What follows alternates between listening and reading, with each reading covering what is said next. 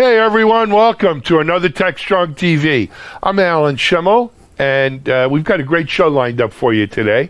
I'm going to just give you kind of an overview so you know what's in store, and we hope you're well and you enjoy today's show. Let me tell you what we've got lined up. First of all, I have two analysts from Forrester, Sandy Chiarelli and Janet Worthington. They both were two of the key people in this year's State of Application Security report. So it's State of Application Security 2022. It's the annual report Forrester puts out. Obviously, AppSec and applications are top of list for security again this year, and add in a little SBOM and software supply chain to boot. Makes it for a real interesting report. I think you'll like the discussion. Next up, I had a chance to catch up with Max Stoiber, who's the CEO over at Stellate. You never heard of them, you say? Well, you good reason, because they were just rebranded. They were formerly Graph CDN, doing a lot, of course, with Graph and Graph databases. They just completed a 25 million Series A on top of a 5 million seed. I think the Series A was led by Tiger Global, one of the leaders worldwide in funding. And look, there's a lot going on around Graph, and Max will tell us all about it and why the move to Stellate. After that, I'm really happy to have a part one of our friend Mike Jones. Oh, it's actually a part two, excuse me, of our friend Mike Jones, the haunted hacker. In this continuation, Mike catches up with Eric Bellardo, founder of Racy Cyber.org, Dell Technologies U.S. Army veteran. He calls himself a recovering VCISO, and his new organization. Really interesting guy, Eric, and of course Mike will tell us all about it. So looking forward to it. Mike does a great job on Haunted Hacker, by the way. You should check out past episodes as well. For something old, we're going to go to the Secure Software Summit. And our friend Rob Tompkins from the Apache Software Foundation. And this was Rob's presentation on how can we keep Log4j security issues from happening in the future. Well, I don't know if we can, but Rob's going to tell us how, and was a great session he did at the Secure Software Summit we had. Next up, we have Charlene O'Hanlon interviewing Arthur Lozinski, who's the co-founder and CEO of Omnizita. If I pronounced that wrong, I apologize. But they just released their new Managing Enterprise Technology blind spot snapshot. After that, Char's going to give us some webinars and previews. And we have a view with Vizard. Mike Vizard's up today. And he's got Mesmo CEO Tucker Calloway explaining why the company formerly known as LogDNA needed a new identity. So that's two new identity articles or interviews in one day. Maybe there's a trend there. I don't know. And that's going to wrap up our show for today. So it's a action-packed lineup, some great stuff. We're going to take a break and come back with our first guest. Enjoy.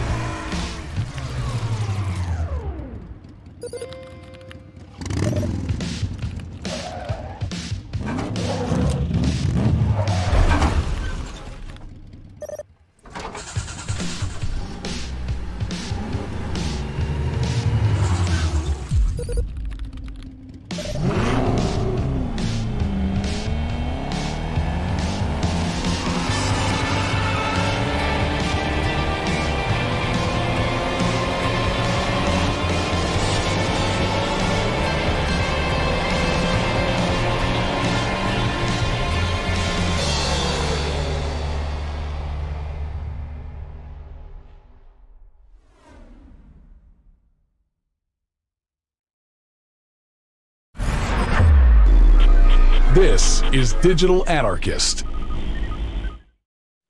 Hi everyone, welcome back here to Techstrong TV. I'm really lucky and happy to be joined by not one but two Forrester analysts. let me introduce you to Janet Worthington and Sandy Carielli of Forrester. Janet and Sandy have collaborated on a recent report around application security we're going to talk about. But first, let's say hello and get to know them. Janet, Sandy, for Sandy, welcome back to Techstrong TV, right? Yeah, Janet, thank you. I think it's your first time. Thank you. Thank you for joining us.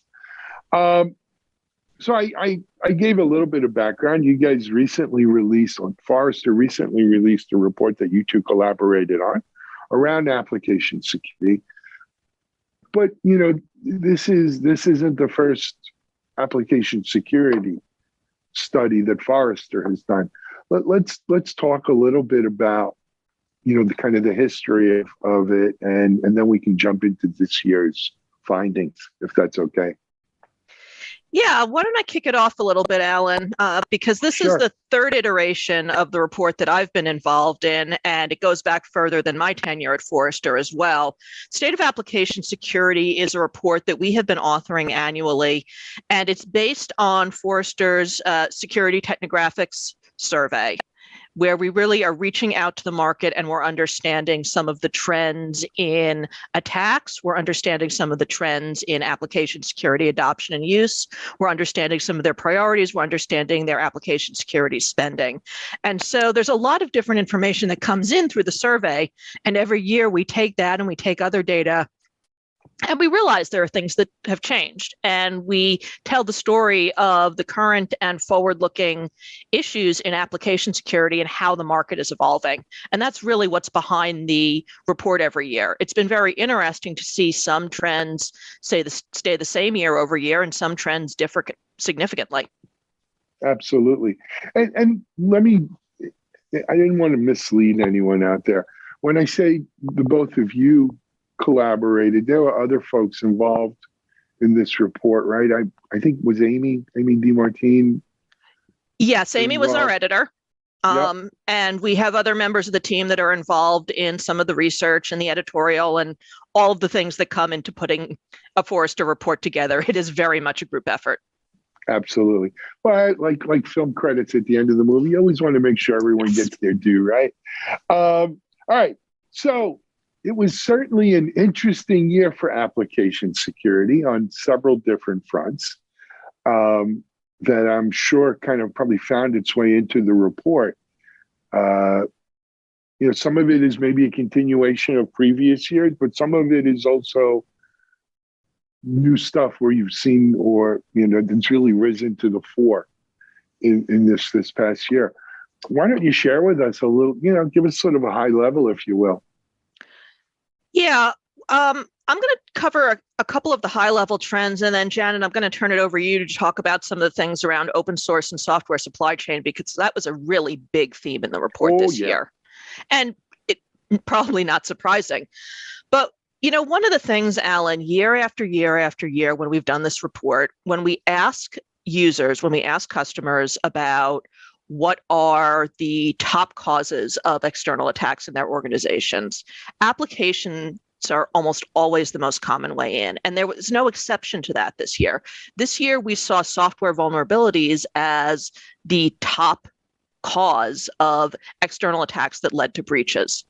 We saw web application flaws as number 3. And as Janet's going to talk about shortly, we saw supply chain issues be the number 2 cause. So year after year, we've seen this consistently. Last year, I think web applications were 1 and software vulnerabilities were 4. The year before that, they were 1 and 2. The year before that, they were 1 and 2.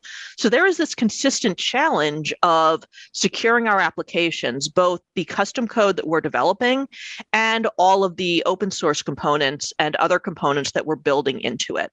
So that's been a really consistent issue. Jenna, I'm going to turn it over to you for a second to talk about open source and supply chain, because that's been a really big trend. Yeah, no, as you said, supply chain issues were number 2. And I think just like we all learned during the pandemic, how painful supply chain can be when you'd go to the store and you couldn't find toilet paper, or there were no Triscuits, which I really love, on the shelves. I think last year also opened us all up to the software supply chain. And I think part of that started in 2020 with the SolarWinds attack, but also I think the executive order that the Biden administration put out to make sure that we're all thinking more about cybersecurity and open source, and making sure you're creating a software bill of materials that you can give to the government if you're a supplier. I think that kind of got everybody thinking more and more about the software supply chain, which I think is good because attackers have certainly figured out that's the way to go. Sonatype had a report where they said that the upstream attacks from open source libraries being poisoned was up 650% this year. So, what attackers were doing is they were finding ways to get you to download a library with malicious code in it that they could then go later on and use to breach. And I think that's happening more and more. Certainly, I guess I can't not mention Log4j when it comes to open source. That showed us how much we are dependent on open source throughout enterprises around the world. So we are seeing, more and more of these types of attacks, but there's good news. So can't just, always lead with the bad news. We are seeing a lot more adoption of tools like software composition analysis, which can help you detect known vulnerabilities in your open source software and help you remediate them. So we've seen that on the pre-release side of the house, that adoption is up. And what we're excited about is not only are people doing it in, early in the life cycle during the development phase, the testing phase, more people are doing it in production because, like Log4j, known vulnerabilities can come up at any time. So we're really pleased about that, to see more people saying that they're going to adopt it and adopting software composition analysis. And finally, I have to put a plug in for open source contribution. So we are encouraging, and we're seeing more enterprises actually allotting time for their developers to contribute to the open source libraries that they use. And we always suggest that you put a little bit more emphasis on security when you do that, because your developers, they can help, remediate those known vulnerabilities that are out there. There's still libraries with known vulns out there. They can help find more by using tools. When they contribute, they can do secure code reviews and just help to enhance the libraries that companies are dependent on. So these are all things that, are on the bright side, but still it's very important to keep an eye on your software supply chain. Absolutely. So a couple of things I want to just add to this is, SolarWinds certainly got everyone's attention about software supply chain issues, security issues. But I hate to make any one company a whipping boy or anything like that, right? The software supply security issue has existed for a really long time. What's made it, maybe SolarWinds being as wide, it was such a victim of its own success because it was so widely used that it became a major to-do. But, people have been using this, and part of it is, look, we live in a world of, I call them Frankenstein application builders, right? Where no one writes 100% of their code anymore. Everyone is downloading components and snippets and artifacts from the repositories, whether it's something like Artifactory or the Nexus, the Sonatype. Or look, we saw it with the Docker. Docker has their, actually, I don't know if it's Docker or Morantis now. Whichever one wound up got custody of the deep repo for Docker containers, right? For commonly used Docker containers. We saw, bad guys putting up containers that have very similar names or trying to hijack that to get people to download that container. We live in a world of microservices built applications. And those microservices are oftentimes third-party microservices, right? And so it isn't, though it's not new, it's just the current state of how we build software kind of lends itself to this kind of attack. And to your point, Janet, open source, right? 75% of these repo components are usually open source. That's right. That's components. Right. It's code. And so, the whole idea of policing, regulating, scanning, software composition, SCA analysis has really come to the forefront. The SBOM, right? Software bill of materials. Everyone's talking SBOMs. SBOM this, and if you're not like an Howard crowd here, you're saying, what the heck is an SBOM? But sounds vile. But anyway, do you really, is that going to make a difference? Right? To me, when I think about the whole SBOM thing, is it going to be like the tag on your mattress that if you pull it off, it's a federal offense? But does anyone ever read the tag? Right? Is the SBOM the same kind of thing? Is it really going to help? You want me to start? Yeah, go ahead. Okay. Here's the thing. SBOM is one tool. It is not a panacea. It cannot on its own solve the software supply chain problem.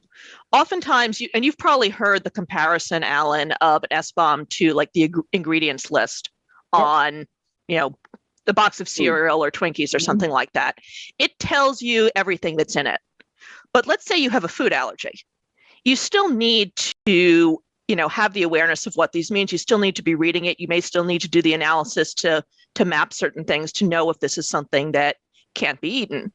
If somebody serves you food in a restaurant, you need to ask, does it have any nuts or anything like that? SBOM addresses part of the problem because it gives you some visibility into what's in there. But there's still the question of what vulnerabilities are actually exploitable if they are contained in the library. Yep. It doesn't tell you that. It doesn't help you if a new zero-day vulnerability is found in a library. It helps. Right. It helps you to a degree because it helps you prioritize your response, but it doesn't make you secure. It helps solve the problem. Well, it helps solve part of the problem. It gives you visibility, but you can't go to anyone and say, okay, you've got an SBOM, therefore you're secure.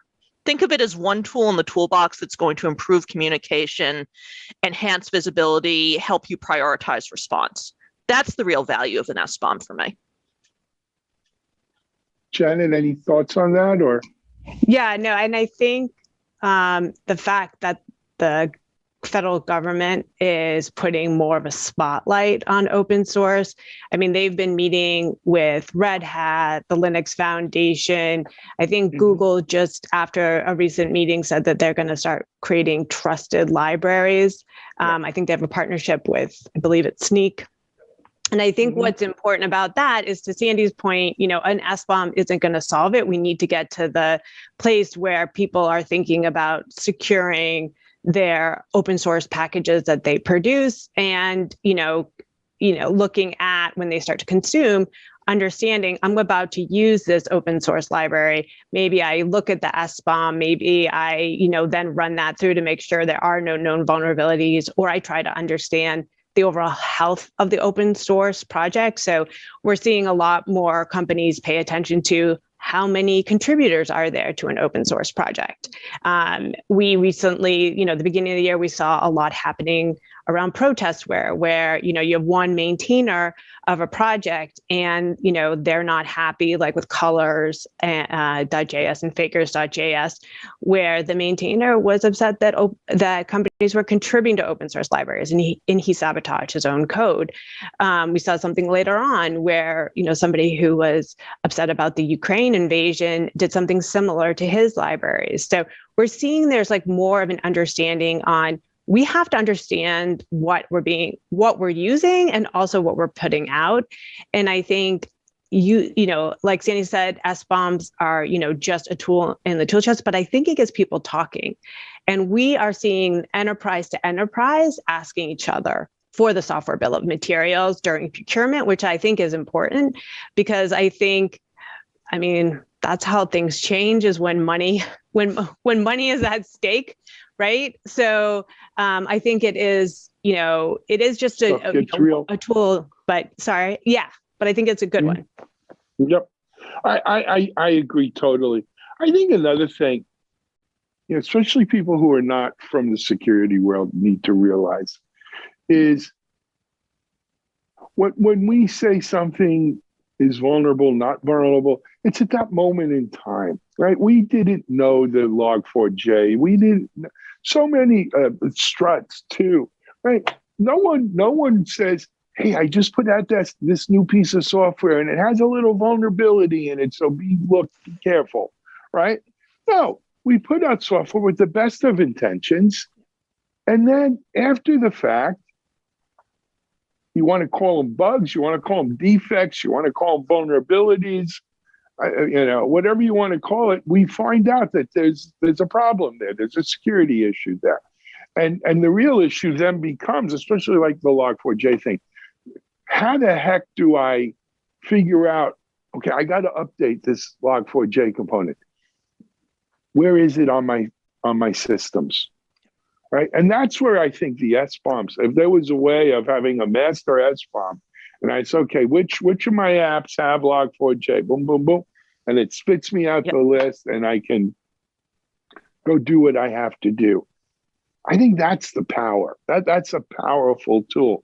But we, and just because we fix it doesn't mean they don't find another defect in Log4j tomorrow, which, we saw a series of them with that. It is. Sandy, let's go back to the report. Other high-level trends that you want to highlight? Yeah, there's one, Alan, that I was really intrigued by this time around. And it's about where the money is moving in terms of application security spend.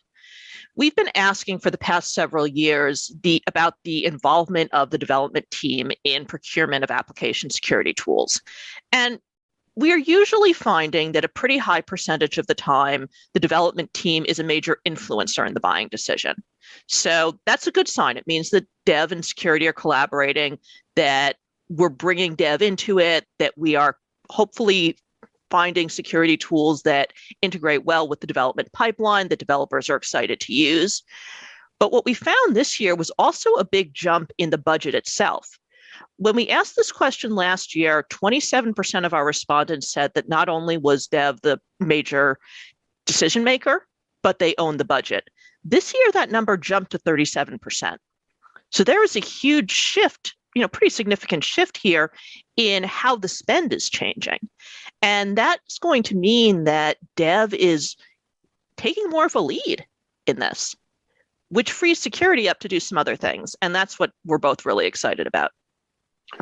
So I think, look, coming off of RSA, where we did our, I think, 7th annual DevSecOps day there as part of RSA at Moscone, I think that's the big story. The big story is security really is everyone's responsibility. And Janet, you mentioned Sneak. Companies like Sneak and these others are making security tools for developers. So developers are doing their part in the secure application lifecycle, if you will, freeing up the security teams to do other things that maybe the developers aren't involved in or can't do or what have you. And that's heartening, right? That's real progress from where I sit. Excellent. Guys, we ran over time. I apologize, but we could probably talk for an hour about this. But Sandy, Janet, for people who maybe want to get more information, I know a lot of the Forrester reports are, behind a paywall for Forrester clients. I don't know if this report is there an excerpt, an executive summary, something that people maybe, if they're a Forrester customer, by all means, speak to your Forrester rep and, get your hands on a copy. But for those who aren't, any help? Yes. Janet and I are both pretty active bloggers on the Forrester site, and all of the blogs are public. And we did do a blog prior to or aligned with the release of this report. So you can absolutely check that out, as well as some additional blogs that we both have written around software supply chain. that might be of interest to your listeners. Fantastic. Sandy, Janet, thank you for joining us. Thanks for having us. Thanks, Al. No, my pleasure. Good work on this report. Let's not wait till next year's report to come back on, though, Sandy. You guys do a lot of stuff. Okay. All right. Sounds great. We're going to take a break here on Techstrong TV. We'll be back in a moment.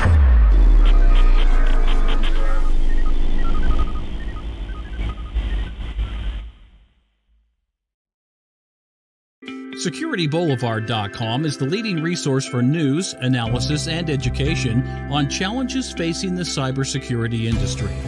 SecurityBoulevard.com covers all aspects of cybersecurity, including data security, DevSecOps, cloud security, application security, network security, security threats, and more. SecurityBoulevard.com has the largest selection of security content, featuring breaking news, blog posts, podcasts, and more. Visit www.securityboulevard.com to learn more. SecurityBoulevard.com, home of Security Bloggers Network. This is Digital Anarchist. Hey, everyone. Welcome back to Techstrong TV. I'm going to introduce you to my friend Max Stoiber. Max has been on our show before. I'm not going to say his company's name, though, because we got some news around that. And hey, Max, welcome to back to Techstrong TV. Alan, thank you so much for having me. I'm excited to be back, and I'm excited to be sharing all of the news with you. All right. Well, I think we've got to beat the drum here. People want to know, so what the heck's the news? Talk to us. So we've got two really big pieces of news. The first is that we're renaming our company. We used to be called GraphCDN, and we called ourselves GraphCDN because we built this really great GraphQL edge cache, and we provided that service to our customers. And we're like, if we're doing edge caching, then the name GraphCDN immediately tells you what we do, right? It was a fantastic name for that purpose. But as we kept talking with more and more customers, and as we got more traction in the ecosystem, we realized there's so many unsolved problems surrounding GraphQL that we want to solve. And so we talked to a bunch of our people and a bunch of people in the ecosystem and our customers, and we realized a lot of companies want to enable third-party developers to integrate with their GraphQL APIs. But the thing that makes GraphQL great, its flexibility, also makes that kind of scary, right? You have to worry about abuse protection. What happens if somebody sends 1 million requests, right? You have to worry about access management. How do you disable somebody that doesn't do something that you want? And then how do you evolve your GraphQL schema? GraphQL has this contract between client and server. And once other people are relying on that contract, you can't really change it anymore, right? And so there has to be deprecation management that has to be built. There's a lot of stuff that goes into it. And we realized it's actually a huge opportunity, but the name GraphCDN was very limiting. If we're called GraphCDN, really, we can't go far beyond our edge caching, which is still fantastically useful. And so we're actually renaming the company. We're going to be called Stellate. Now, Stellate means star-shaped. It means star-shaped. And if you think about a graph, every node has all these edges going away from it. Looks kind of like a star, right? And so it's kind of a fitting name, but isn't too constraining like GraphCDN was. It isn't a small name. It's a name that we can fill with our own purpose. And so that's why we decided to rebrand to Stellate. And the other news we're announcing is that we've raised $30 million in funding for this, a $5 million seed round led by Bold Start Ventures out of New York, and then a $25 million Series A led by Tiger Global, which we're also obviously very excited about. Absolutely. So it's a combination seed A for $30 million.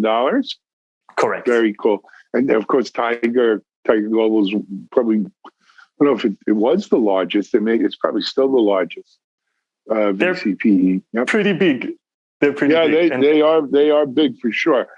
Max, spell the new name of the company for me. Stellate, Stellate. Stellate. ATE, Stellate. Lively. Excellent name. And the website? Stellate.co. CO is going to be the new website. Love it. Excellent. So, Matt, let's take a step back. I think a lot of people out here, our audience tends to be technical. They understand what graph DBs and so forth are. But for some of our folks who maybe aren't, how would you describe it? So the way I explained GraphQL to my parents, actually, when I told them that I was co-founding this company, was I said, people at the moment usually access data via APIs, application program interfaces, right? Which is just, again, sort of like a loose contract of if you go to /user/1, you'll get the data for the user with the ID 1. That's it. Now, what GraphQL did, it was invented at Meta at Facebook, I don't know, maybe 10 years ago. What GraphQL does is it turns your API from this list of endpoints to a unified graph. So you end up having a full graph of all of your data, ideally, that you can traverse in any which way you need, which is really powerful because before, imagine if you're opening facebook.com, you see a list of posts and then every post has an author. And on the left sidebar, you see your groups. On the top right, you see your own avatar. And so you're making a lot of requests. You have to fetch the list of posts. For every post, you have to get the user that is the author. You have to get the list of groups. You have to get your own data. It's a lot of data you're fetching just to render one screen. And with traditional APIs, what people used to do is they used to make, 5, 6, 7, 10 network requests to get all of that data. And it takes a while and it's a lot of overhead. And so what GraphQL allows Facebook and now allows everyone to do is to fetch all of that data in one go. You can literally say, I want to have the list of posts. For every post, give me the user that is the author. And for that user, I just need the name and the profile photo. I don't need anything else right now. Just give me those pieces of information. I will also fetch the list of groups you're a member of and the current user that is logged in, and just give me the profile photo and the name again of that user. And you can define that query, define that data that you need in one language, send that to the server, and the server takes care of very efficiently figuring out where to get that data from and then returns it to the client, which makes for a much faster experience for user and a much better experience for developers, which is why GraphQL has actually seen a ton of traction across the industry. And many big companies nowadays build almost exclusively GraphQL APIs. Sure. I know we've seen, just here on Techstrong TV, we interview many companies and, in the use cases. Let's talk about the money raise. What does it mean? It's nice to have money in the bank, obviously, but, what does it mean for the company? How are those funds going to, for our viewers out here, what does it mean to them? How are those funds going to be deployed? So there's multiple parts to this. The first is when we realized that companies wanted to enable third-party developers to integrate with the GraphQL APIs, but couldn't. We thought, imagine a world in which every company and every piece of data is exposed via a GraphQL API, and then third-party developers can integrate with it. All of those pieces of data are related somehow, right? Not all of it, but a lot of it. If you have a customer in Salesforce, a deal in Salesforce, that is the same person that authenticated in your backend in your database, right? Those are connected. And maybe they have a subscription in Stripe, and that's again the same person or the same company. And all of the data that you use, a lot of it is very related to each other, but at the moment, all of it is very siloed. And so we want to first enable companies to enable third-party developers to integrate with all of the company's data. And then the next step will be to build what we're calling the global data graph, to connect all of these individual graphs together into one big worldwide graph. Now, in order to get there, it's quite a large journey, right? It's going to be a lot of work. And so really what we're going to use the money for is hiring people. We need more people on the team. We've been able to build a great business with a small team of 9, now 11 people. And we really need more people to get there. And so that's really what we're going to use the money for. So if any of your listeners are looking for a new job, you should totally check out our brand new careers page and apply if you want to come work with us. I love it. What kind of jobs? We're hiring pretty much everywhere. So any department you can think of where we need more people, basically, we're all completely underwater. Everybody right now is wearing 10 hats. I think the main ones that are interesting to your listeners could be engineering, design, product managers, marketing people, operations. Across the board, we just need more people, basically. I think the other signal this hopefully sends to people is that we're not going to go anywhere. We're here to stay. We're going to keep doing this for a very long time. And as an infrastructure provider, ultimately, that's really important to people, right? When you pass all of your traffic through us, you want to know that that company is going to keep existing. And so this $30 million fundraise hopefully also shows a level of commitment from our side that we're not going anywhere. We're going to be here for many, many years to come. Oh, especially as, we're talking seed A rounds, right? The future's ahead of you, certainly. Yes. I would be remiss if I didn't bring up that, look, we're seeing some rocky, interesting times in terms of money raising and the markets and all that. Did that have any effect on this raise, or because you say, hey, we should get this done quicker, or anything like that? Great question, Alan. We actually got incredibly lucky. We closed our A round back in February. So we were basically just ahead of the market downturn, which now puts us in the really fortunate position. We can hire all of the great people that might not have their job offers in their pockets anymore, like Coinbase, for example. Yesterday just announced that they're rescinding all outstanding job offers. And so all of these great people that now are going to be looking for jobs, we can now go and look at them and say, look, we're going to be hiring. We're not going anywhere. Let's go, right? Which actually puts us in a really, really powerful position. And I will feel very fortunate that we raised that basically the perfect moment in time in order to make that happen. Yep. I love it. And then congratulations. Thank you. Someone once told me, sometimes it's better to be lucky than smart. It's good to be both. I mean, ideally, timing is everything. Right? Absolutely. Yes. So beyond the money raise, the name change, Max, I hear it in your voice, and I've dealt with, I'm an entrepreneur myself, right? I've been dealing with entrepreneurs. It's the enthusiasm that an entrepreneur brings, excited about what they're doing. What gets you excited?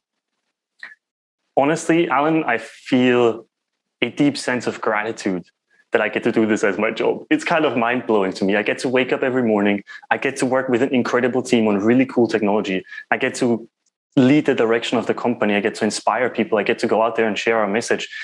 Honestly, for me personally, I just feel incredibly grateful that I get to do this. For example, one of our core values here at Stellate is that we put people first. My co-founder, Tim, and I, we have a deep belief that if we can just get the right people in the company, everything else is going to work itself out. But everything is defined by the people that are here, what product we build, what customers we have, how successful we are. Everything flows from the people. And so we want to put people in an environment where they can do their best work. And so, for example, just last week, we announced that we moved to one job, one pay globally. So we're a distributed company. We currently have 11 people in 5 countries, and we're paying everyone the same, no matter where they are globally, for the same job. So if you're a software engineer, for example, senior software engineers get paid the same no matter where they are, because to us, it doesn't matter where you are, right? We need the job done. And whether you're sitting in San Francisco, in London, in Africa, in South America, we honestly couldn't care less, right? We're happy for you to be in a place that makes you happy. And to us, if you're doing your job, you're doing your job. So why would we pay you any differently? That's something we announced recently. Just to give you an example of, we really want to put people first, and we really want to build a place where they can do their best work. Agree, absolutely. Hey, Max, we're about out of time. I want to congratulate you and the whole Stellate team. That's Stellate.co, right? .co. Best of luck. Come back. Keep us posted here. We're watching, right? I'm pulling for you guys. We want to continue to see progress. Thank you for having me, Alan, and thank you for saying that. I can't wait to come back soon. Absolutely. Max Stoyer, Stellate at Stellate CO here on Techstrong TV. We're going to take a break. We'll be right back.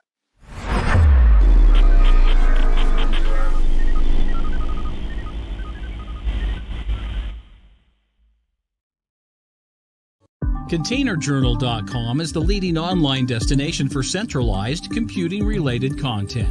ContainerJournal.com covers all aspects of software containers, from container management, data management for containers, container security, networking for containers, to the entire container ecosystem, Kubernetes, microservices, serverless, and more. ContainerJournal.com has the largest selection of container-related news, featuring breaking news, blog posts, podcasts, and more. Visit www.containerjournal.com to learn more.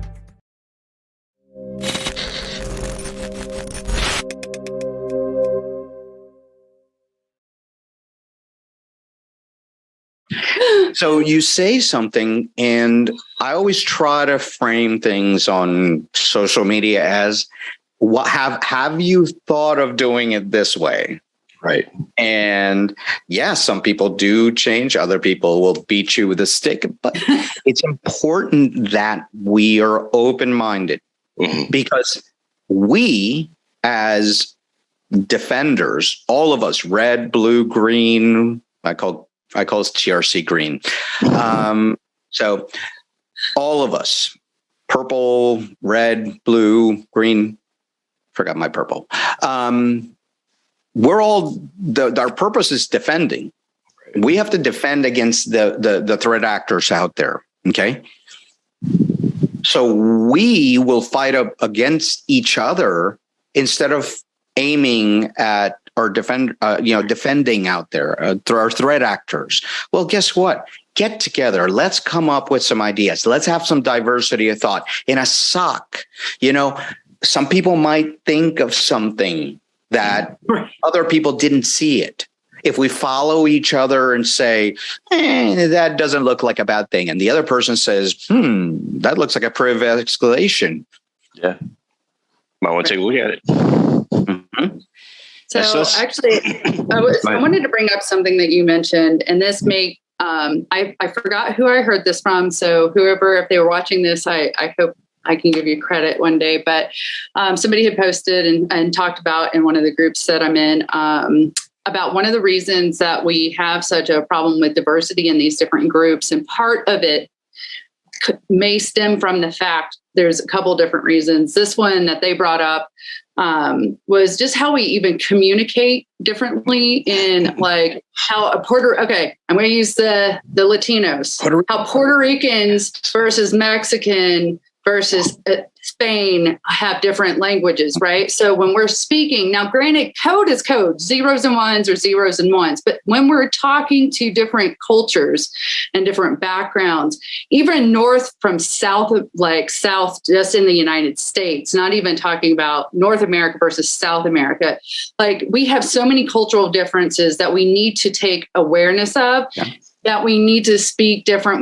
We've almost it's so like, well, this is so black and white. Well, one, who said that? Like the way that we speak, it's kind of like when I first learned Spanish, the first sentence I ever learned, and it was, permíteme presentarme a mí mismo. Don't lie. So the first ones you learned were all the cuss words. No, no. I know. I was a good kid. Stop it. But no, it was off this tape. And when I got around somebody where I could use it, they're like, who taught you that? Like, that's not like, that's if you're going in front of like the king and queen kind of crowd. Okay. So let me stop you and say, I say all the time, we're 26 countries divided by 2 common languages. Mm-hmm. Portuguese and Spanish are both Hispanic, Latino, and Latinos. So we all come from the Spaniard side of the house. Okay, that's where we all come. So we have 26 languages. Even in the Spanish, we have 26, different dialects. Okay, and it's funny because how do you identify a Puerto Rican versus a Mexican? There was a joke comedian. coming on. Yeah, Gabriel Iglesias, yes, Fluffy. Yes, Fluffy. If you watch that, he has a video called How to Identify the Different Hispanics. And he says, Mexicans sound like they're slow, high, and hey, vato, how are you? And Puerto Ricans sound like we have a time limit, and there's everything in between. So yes, it is hard even within the culture to communicate. The words that we have, even though we're all speaking Spanish, a word in Mexican Spanish versus a word in Puerto Rican Spanish could mean different things. Wholly different. Absolutely. Very different things. There's one. So how do you say gnat? The gnats that you get in the summer. In Puerto Rico, we say one word. In Mexico, there's a different word. If you use the word, you're talking about a male anatomy in one. But in the other one, it's a gnat. Right. Right. And I think the English language, too, has that same problem with multiple meanings for the same word. Like English is probably one of the most confusing languages to learn. Yeah. But growing up in Texas, I had to learn Spanish, and most of my friends were Hispanic, and that's just the way we grew up. So one thing I like to joke around with people about is when you meet someone from Puerto Rico, don't ever call them a Mexican, because that will start a war.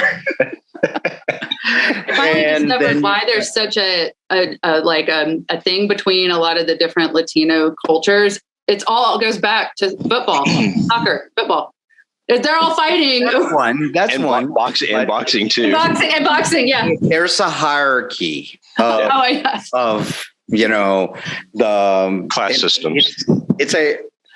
So people say, there's that racism thing. It's not racism, it's classism in the Hispanic community. And, somebody from higher education, higher class, if you will have a higher class. So that's why some countries will say, how can you confuse me with that? Because it's the classism. That's how we were born and raised. In Puerto Rico, you can be black, every color, like night black, and still be Puerto Rican. Right. Okay. But it was the kids when they met each other. It's like, what high school do you go to? And if it was a private school or if it was Catholic school, you were a little more higher class than, so that's I'm not saying that happens all the time, but that was kind of how we grew up, where it didn't matter who you are, because Puerto Ricans can be blonde and blue-eyed or mulatto, which is what we call them, is the really dark. And you don't, I grew up until I was 17 years old. I was in the island. I didn't really have the color of the skin piece. But we did have you went to that public school, or you went to, this school over here. It's the same way with cybersecurity too. I think that we still have that same, almost a classism issue within cybersecurity. If you're not working here, or you're not doing this, you're not doing that, then you're looked at as maybe not being that class, or that leading class of cybersecurity. And you see a lot of people trying to get to the top of that class by doing some pretty rough stuff and not really thinking about people below them. But I think we still have the same problem. I think it's a social problem. I don't think it's necessarily a cultural problem. I think it's just a social problem, with people in modern day time. Oh, yeah, definitely. I think we need to attack that by putting our best foot forward. And that's why whenever I talk about raíces, I talk about the Latinos, the Latinas, the Latinx, the Hispanics, and our allies. And it's very important that I add that, because it needs to be inclusive. It needs to be everybody working towards a goal. And the goal is protection. Well, Eric, roots of a tree don't grow unless you have other people and things that give it nutrients and support and growth, like the dirt and the nutrients and all that good stuff. So I choose not to be the person that gives nutrients to the tree. I'll save that for a later date. I'll keep you away from the tree. Yeah, exactly. So what's on the horizon for you these days? I've seen your background. I see everything you do with Cyber Warrior Studios and all that good stuff. So tell me what's on your radar from here on out. What's your goal? So, just like you, we have gotten to this point where we've gotten to these bigger roles and been a CISO, this, that, the other. I'm trying to find a happy medium when it comes to my role. Okay. At this point in time, I kind of joke that I peaked and now I'm going downhill. But what I want to do is want to be able to impart the knowledge that we have to the next generation. That is, for me, what I want to do. And like I said, is keep up with the technology. We can't keep up with all this new technology that's going on, but try as best to keep up with the technology and keep on learning and moving forward. The big thing for me right now is, like I said, this new job and building that division or supporting that division. And then with the Raíces, is built this into an organization that's going to be something good for the kids, the adults, the local chapters, the veterans. So I missed telling you that. So we have as well a veterans group in there. So let's talk about that. Yeah, for sure. And, being able to support each other. We have 10 different diversity organizations right now working together on this with the Black Girls Hack and Women's Society of Cyber Jiu-Jitsu, WISIS, and other organizations. Share the Mic in Cyber is also part of our coalition. So we're trying different things so that we can work as a team and build a better and more inclusive society in cybersecurity, with, women, men, Latinx, anything out there that we can bring into this field. Because the important part is bringing people in, because we are going to need those soldiers and those NCOs and those officers to help us protect, to do red team, to do blue team, to do work in these SOCs, to work, in these penetration testing teams, assessments, doing all these different things that we need, or else, it's going to impact our critical infrastructure. Yep. Oh, for sure. People are critical infrastructure. That, and it's going to affect the critical infrastructure, the way that we do business and politics. I mean, everything kind of intertwines. And that's what I try to stress to people is, keep an eye on what goes on in the world, because everything indirectly affects every industry, especially geopolitics. And if you're listening and you don't fall into one of the diversity categories, but you want to help, reach out to those groups that do have the diversity groups and those types of organizations, and reach out and ask what you can do to help further their cause. Because I think as people, we tend to lack that, empathy or wanting to really get involved with the group because they feel like they don't fit in. Well, you don't have to fit in. That's the glorious thing, is you can still help out. I'm a big advocate for diversity. I think that, the diversity groups are great, but I think people need to get behind these groups and help those groups be successful. Because once you make it into this group, it's not about diversity. It's about the skills. Yes. It's about bringing the haunted hacker into the group so that he can talk about different things in the field of cybersecurity.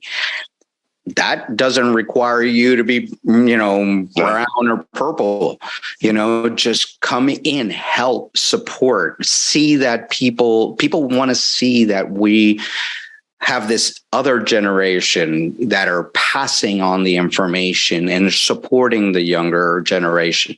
I think that's worth its weight in gold. And I think that's the key to life too. I've said this for the past couple of years, is that I feel my best both mentally, physically, emotionally, spiritually when I'm giving back to somebody else. Yeah. When I get out of myself and forget about all the stresses I have and actually do something for somebody else, my day changes like immediately. But growing up in this industry, you and I didn't have that shit. We didn't have a video to watch about what it was like when cybersecurity started. We didn't have podcasts like we have now to listen to and learn from. And so that was kind of the whole point of doing a podcast in general, was leave that legacy behind. And having guys like you on the show with all the history. And I mean, who knows, 20 years from now, somebody may find this video and go, what the fuck were those guys talking about? Who knows? My kids still joke because I had the first Red Hat book, the Learn Red Hat with the book. with the disc in it, so you can install it. Yes. So, no, but it's very important. And what you said is that feeling like you've done something, and we need to get in this and get out of our heads and saying, look, we've got so much going on right now. In about 2 weeks, we're launching Raíces Kids. So that's K through 12, different summer camps that are being done across the United States, and then they have nothing else to do. So a lot of organizations do these summer camps. It's like, okay, fine. You did 2 weeks. Now what? Yep. Yeah. Now wait until the next year, right?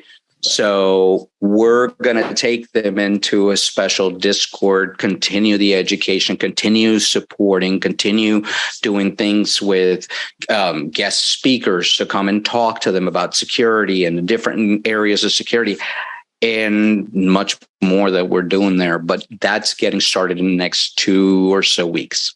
Cool. I'd love to be a part of it. Anything I could do to help you guys, I would love to. You know, I'm twisting your arm. I know, right? Because I feel like we're at the age now, like part of our life, like you said, you hit the CISO role and you feel like you're going back down.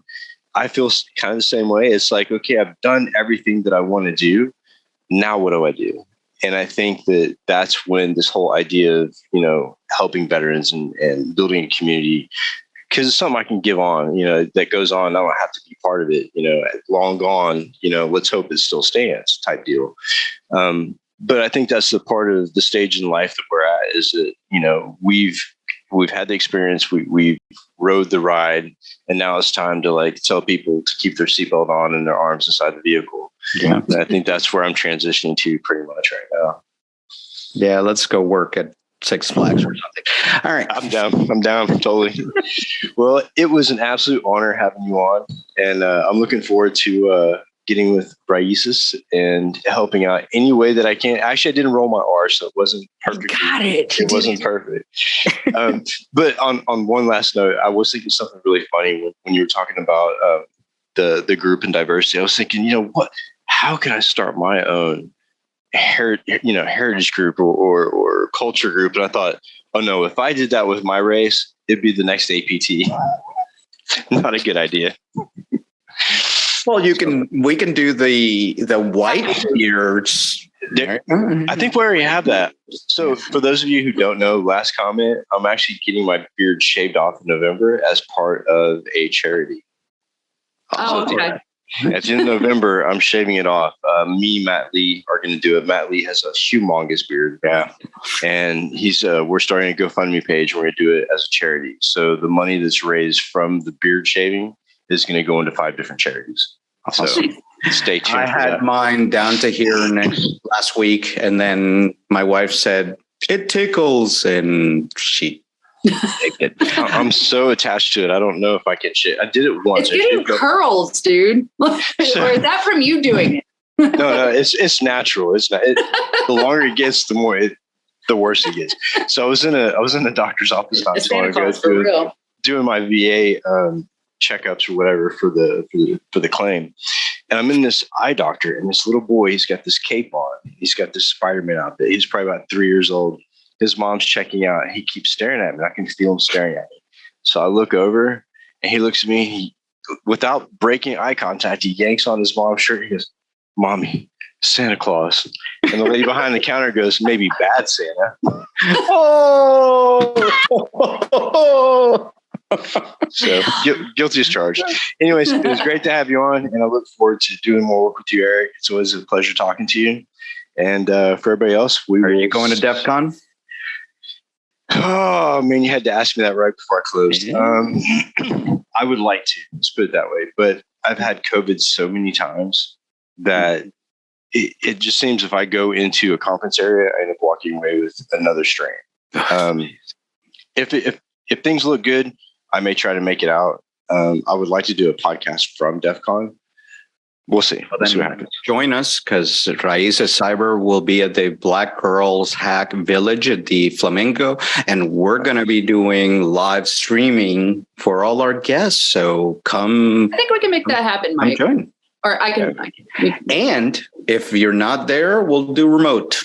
Yes. Cool. Yeah, I'll definitely join. I'm all into remote. That's what I do these days, I guess.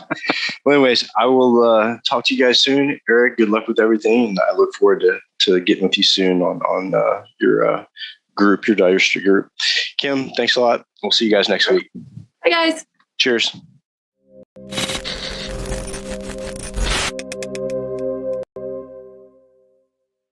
CISO Talk. To hear how real-world CISOs are dealing with today's real-world issues. From enabling secure remote workers to accelerating secure cloud adoption, defending against a pandemic of security attacks and beyond, CISO Talk covers the cyber topics you want to learn about. With your hosts, Unisys CISO Matt Newfield and Media Ops CEO Alan Schimmel, featuring a revolving panel of CISO cyber experts. This is where CISOs talk.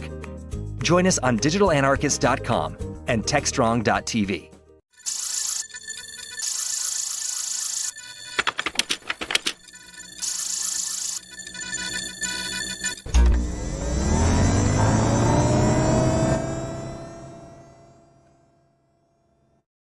Hey guys, welcome everybody.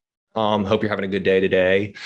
And I'd like to talk about the Log4j exploit that happened last month. And I'm uniquely involved and close to it. So I've got a unique perspective.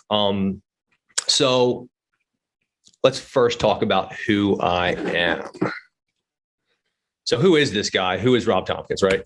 I did a bunch of mathematics and mathematical logic in school. And I actually studied under a guy who studied under Alfred Tarski, for whatever that's worth. But that's kind of a fun name if you guys want to go look that up. Currently, I do software development. I currently work for a news company called Patch.com. We do local news. I also, incidentally, work for, or am a volunteer rather, at the Apache Software Foundation. And clearly I'm a little out of order, but that's minor details. I also used to work for Capital One, because Capital One here in Richmond, Virginia is a big deal because they came from Richmond, Virginia. But now I'm in news, and news is more fun to me because it's something that we all kind of need. And Patch does local news, which is kind of fun, which is something that we all need. So what do I do at Apache, right? I started off just as a committer on the Apache Commons project, but I've worked my way up to being a member, and I've even worked my way up to being the VP of Jakarta EE Relations. Now, what does that mean? That really means that I am the liaison between the Apache Software Foundation and the Eclipse Foundation, okay? And when I'm not doing computer work, I am an adventure sports athlete, and I actually play some music too. But the adventure sports athlete, I can just show some pictures of me doing some interesting things. So I'll do that real quick just for funsies. So this is me on the Green River in North Carolina, paddling off a rapid called Sunshine. That was back in, I think that's 2007 or 2008. I haven't paddled that line in a long time, but that's me. This is me on El Capitan in Yosemite. It's at the bottom.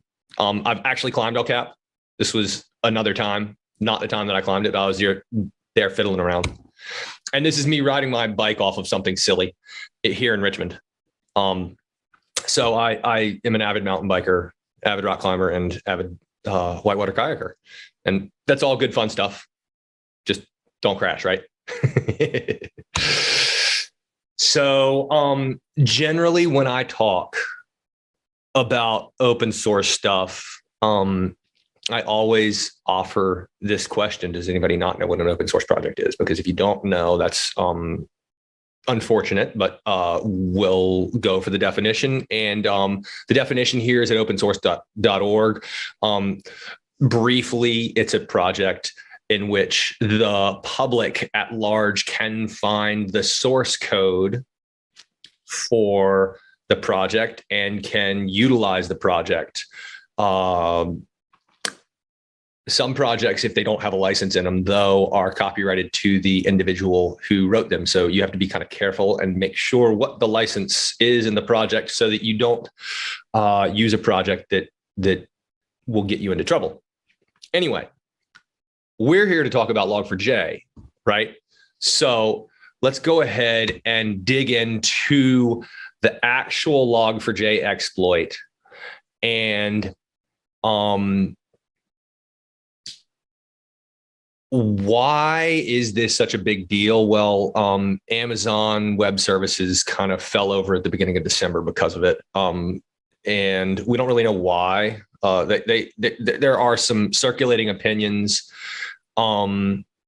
about why, but I'm not entirely certain as to why it happened, but I know that it was bad.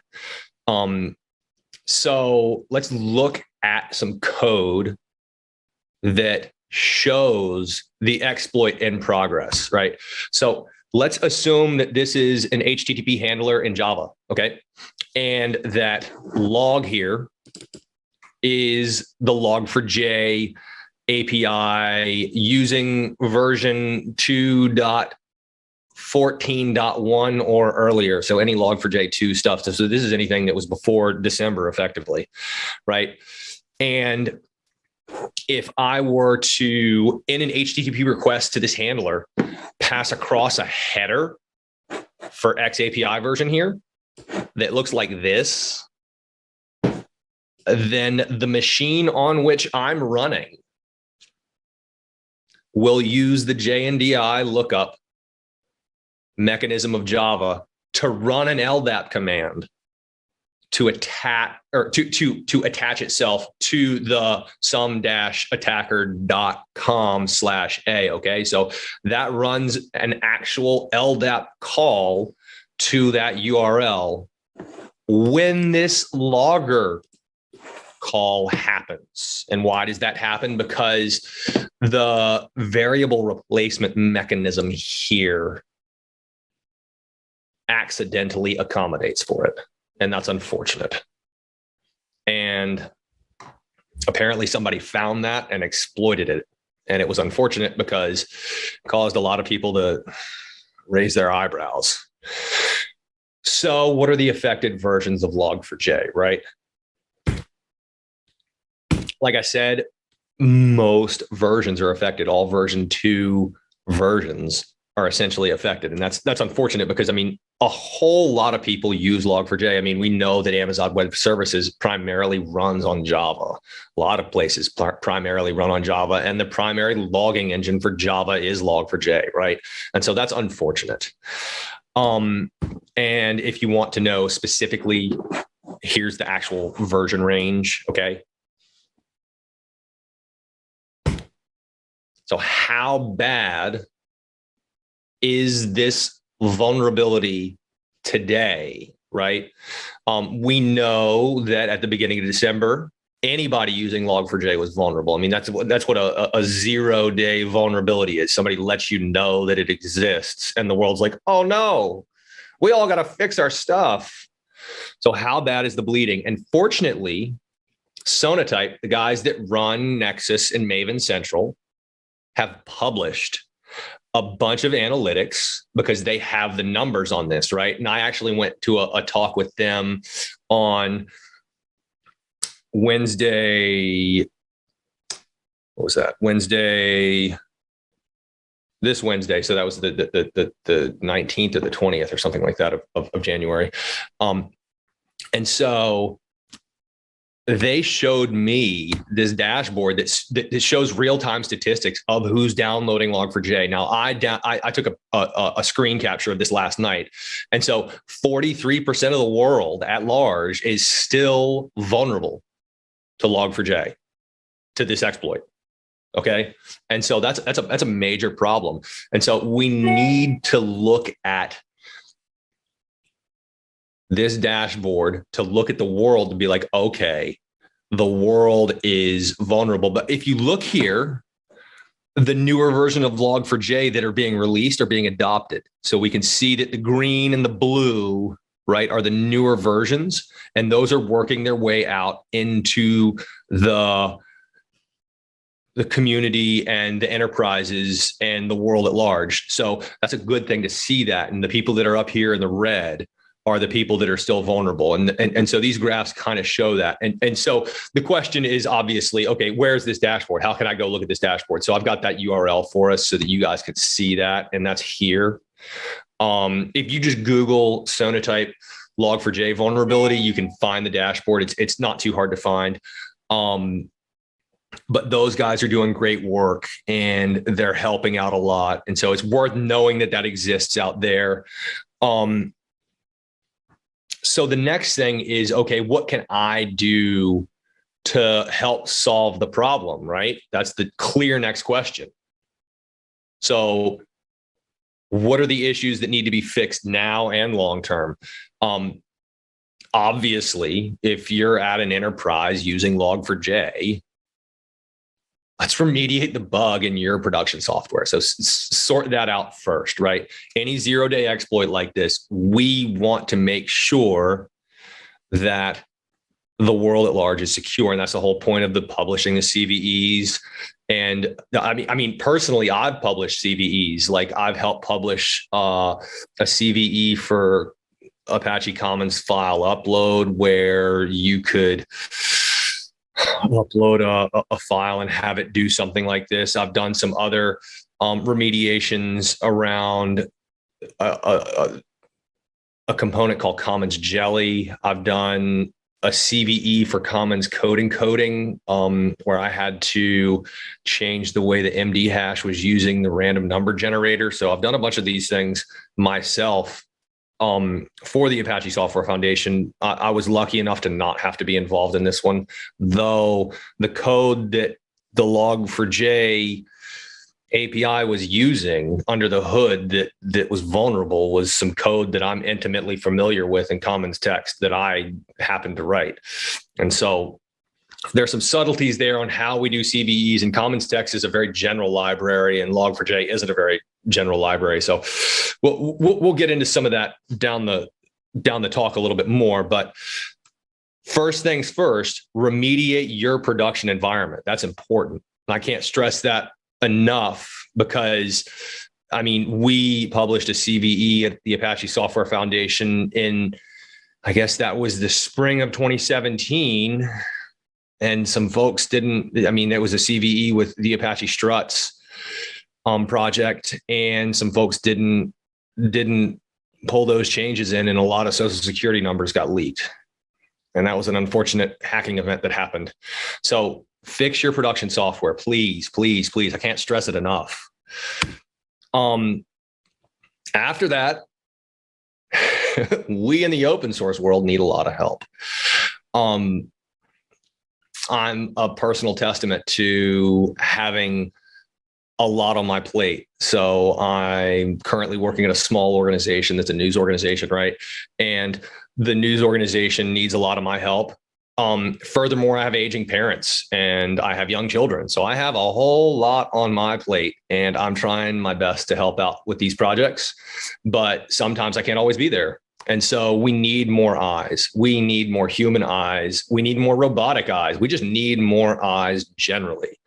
And that's a really, really important thing, because the more help we can get, the less, or the more these bugs we can find, and the fewer vulnerabilities will creep out that are hugely exploitable like this one.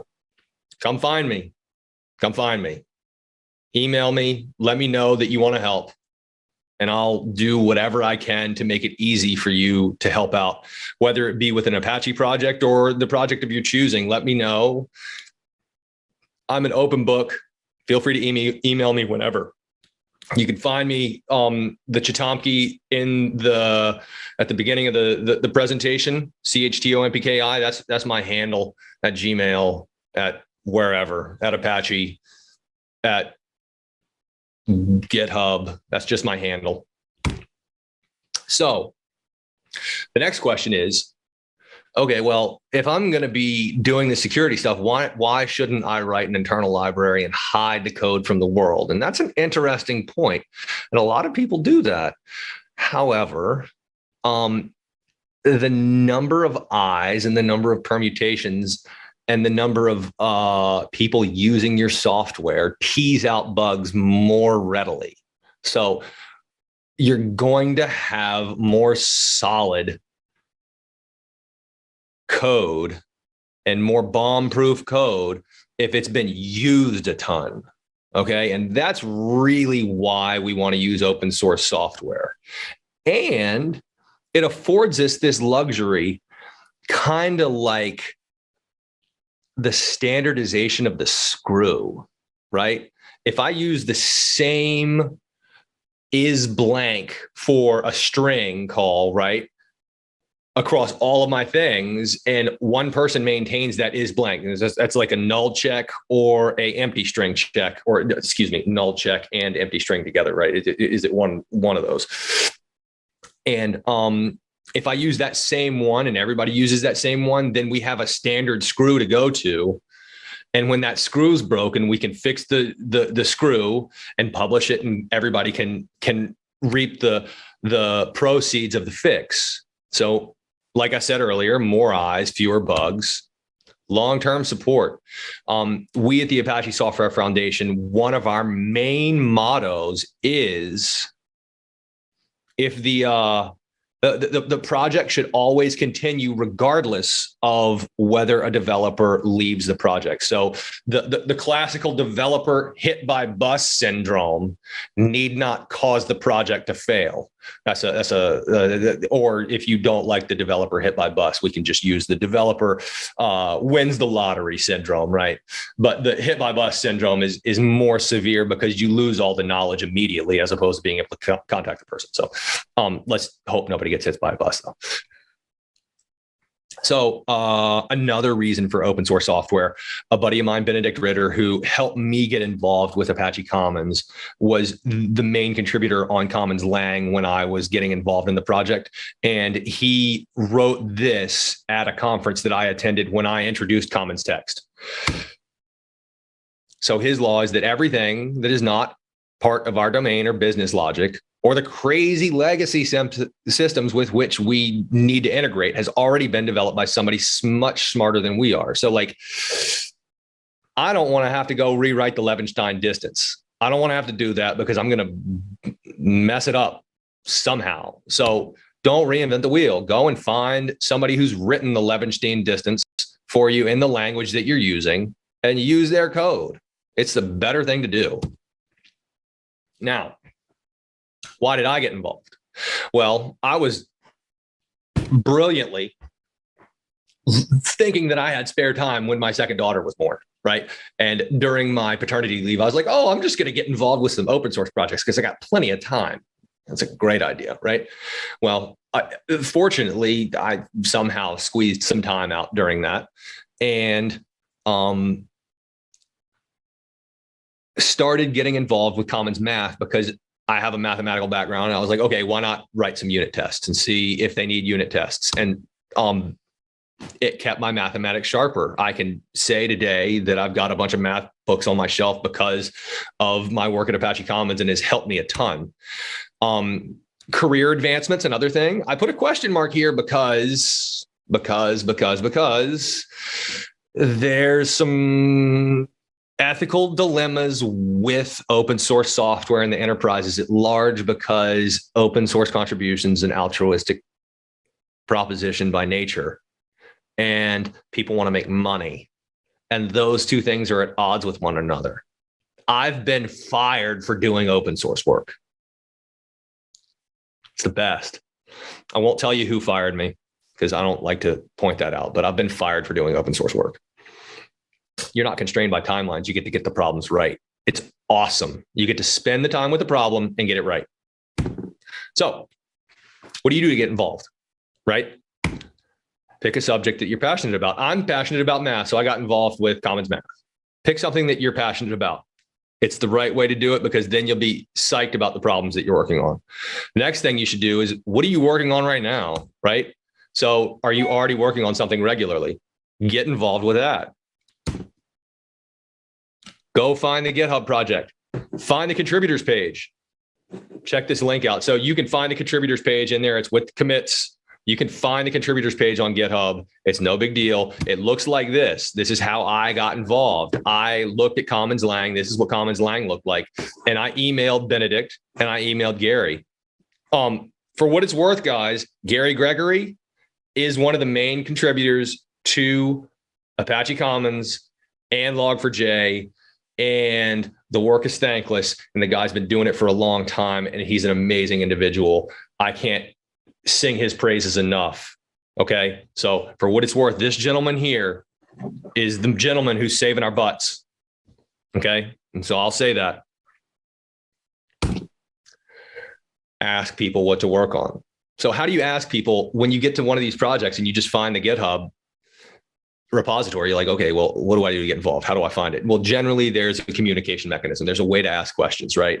At Apache, we have mailing lists. We do everything on email lists because we archive all the emails that ever get sent to a mailing list and an archive so that you can go back and search through them. And we have that just out there. And it's great because I can go back and be like, well, I said this in 2014. See, it's right here. I said it in 2014. Granted, I wasn't on the project in 2014. I didn't start until 2016 because that's when my second daughter was born. But find the email lists, use the readme.md, find the user mailing lists, find whatever you can find to talk to the people that are working on the project. Find their email address, email them directly. It's a great thing to do. That's what I did. I emailed the guy that was working on Commons Math and was like, how can I get involved? And he was like, well, why not do unit tests? Unit tests are great. We always need more unit tests. That's true across the board. When you go to a new institution, you're trying to learn their stuff, write unit tests. So this is an example of the mailing lists page. So we have a security list, we have a user list, we have a developer list, we have an issues list. This is something unique to the Apache Software Foundation, okay? This is not something that everyone has necessarily. So this is what we have. If you guys want to know more about Apache projects, I can help you particularly in that realm because I'm well versed in how the Apache projects work. So let's talk about the hierarchy of privileges on a project. So you might talk to somebody and they might just have commits in the repository. Or you might talk to somebody and they might have the ability to make settings changes to the repository. Those are two vastly different set of privileges, right? And so when you're talking to these folks, you got to be careful because you don't quite know who you're talking to and who has which rights. But when you get involved in one of these conversations, you're generally on the mailing list and generally the people that have been there the longest will answer you. So, but let's just go through the hierarchy of privileges in a general open source project. So this is community dependent, like I said, but Commons and Apache generally has the following. A user, anyone consuming the software. A user is part of the open source community, whether you like it or not, based on the license, right? Based on the Apache 2 license, you're part of the community. A contributor, anyone who's made a contribution, whether that be documentation, tests, code, even communication on the listserv, answering questions on the email list. That's a contributor in my mind. Anyone who's made a contribution is a contributor and deserves to be celebrated for their work. A committer is someone who has commit privileges to the upstream repository. So if I can commit to github.com/apache/commons-lang and make commits directly on the main line, then I'm a committer, okay? There it says it. I can present votes at Apache. So I can be like, okay, I'm going to demand that we make a vote on project direction, maybe a release, right? Performing releases. That's the next thing logically in line there if I'm performing votes. And there's a process here and it's well documented and you have to like jump through a bunch of hoops. But if you can commit, you can present a potential release. So from once you get to committer, where does it go? It goes to committee member.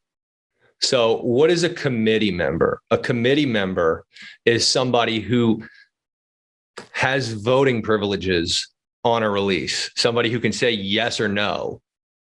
And oddly enough, if a single individual, at least in my opinion, if a single individual votes down a release, they say -1, or if they even say -0, where they have a dissenting opinion on a release because of something that I've done, I generally tap out and say, okay, that release is cooked. It's done. We're trashing it. And I listen to everything that they have to say and go and try to make those changes and re-roll the release candidate and re-sign it and resend it up. And sending up one of these releases isn't easy because I have to GPG sign it. So I have to build it off my machine and GPG sign everything and rebuild it all and send it all back up and build a potential website and all the documentation and all that stuff has to go up into one of these release candidates. And if somebody finds a nit like, oh, you misspelled something in the release notes, then I'm going to go back and I'm going to do it right because we have the time to do it right, unless there's a security issue, in which case you just get it done as best you can. So voting privileges with releases, new components, bring in a new component, bring in a new committer, bring in a new committee member. All those voting rights live at the committee member level. There you go. Proposing new committers. Committee chair. This individual for Apache Commons particularly is Gary Gregory, and he prepares a quarterly update to the Apache board on how the project's going. Personally, I perform, because I've got a VP on my name for Jakarta EE, I prepare a board report every month about how our relationship with the Eclipse Foundation is going and where I'm going with that and what I'm doing with that. I have to sit in on the Jakarta EE working group and not have voting rights there, but try to build that relationship up, because that's what I'm doing right now with that relationship, and try to listen to what they have to say, because what they have to say is important. But if you have questions about that engagement, we can talk about that later. So that's how you get involved with an open source project. And that's the most important security measure, is eyes on the project. The more eyes on the project we have, the more likely we are to succeed. Now, I mentioned when I said eyes on the project, both human and robotic, right? So what are robotic eyes? Those are things like the following: static analysis software. Oddly enough, there's a lot of good static analysis software out there. Formatting and readability. Well, readability is really important for the people that are actually looking at the code. And I think that this is maybe the most important type of static analysis that there exists, is to make sure the code is readable. Because the OpenSSL bug, what was that, Heartbleed? That was because OpenSSL was a 6,000 line switch statement, and no one could read the sucker, and no one could understand what was going on there.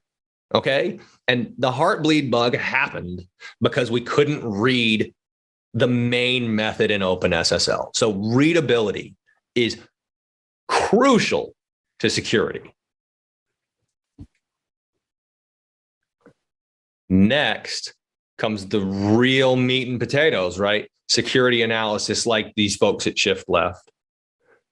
And I've looked at the mathematics of their stuff, and it looks very interesting, right? They can, break the code down, particularly if it's readable, which means it's small. They can break it down into chunks and tell you whether or not it's secure. So if you do number one right, number two happens for you. It's kind of sweet. It's kind of sweet. If you do number one wrong, then the static analysis tools that actually do the computation struggle, because it pushes you into the bad case, because doing static analysis for security is an NP complete problem. It's really hard to solve. In fact, it's even harder than NP complete. It's the halting problem. And Alan Turing talked about that when he wrote his thesis dissertation in 1934, 1935 with Alonzo Church at Princeton. But we can talk about that one later if you guys got questions about that, because I've got Turing's work sitting 5 feet across from me over there on the table, along with Alonzo Church's work. So if you guys have questions about that stuff, I've got the books and I have the answers. But if you keep the stuff short and readable, then you're in the easy case, and the static analysis works, which is great. dependency mapping. I think Shift Left does this too. But I mean, look at the Dependabot at GitHub. That's another robot that we on Apache Commons have been using for a long time to let us know that we need to update the dependencies in the project. And so that's really, really, really important stuff. So that's what I've got for you guys today. And that's the Log4j exploit, how to get involved with open source software, and some things that you can do right now with static analysis and code formatting that you can, help get your stuff going. So that's what I've got. And I'll open it to questions, or we can kind of wind the recording down.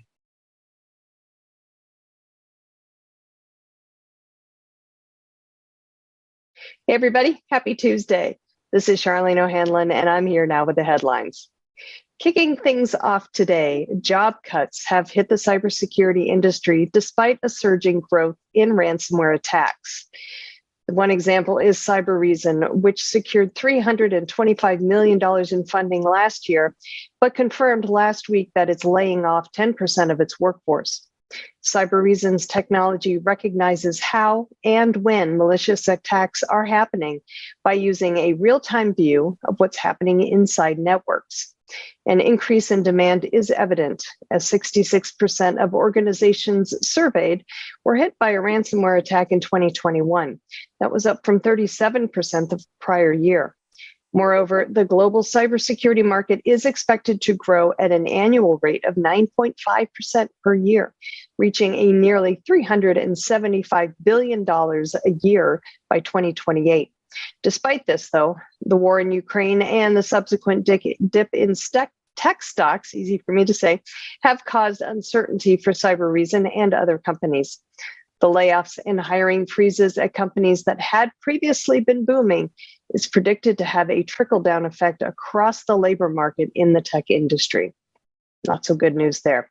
All right, in other news, a survey by cybersecurity firm Trend Micro found that 89% of electricity, oil, gas, and manufacturing companies suffered a cyber attack that affected production and energy supplies in the last 12 months. That's according to an article on IT Brief, which noted the many industrial locations across the globe are going digital, and that's the reason for the increase in cyber attacks. Along with the increase in attacks, many companies don't have the security capabilities to predict or mitigate a cyber threat, causing major financial and reputational damages to these companies.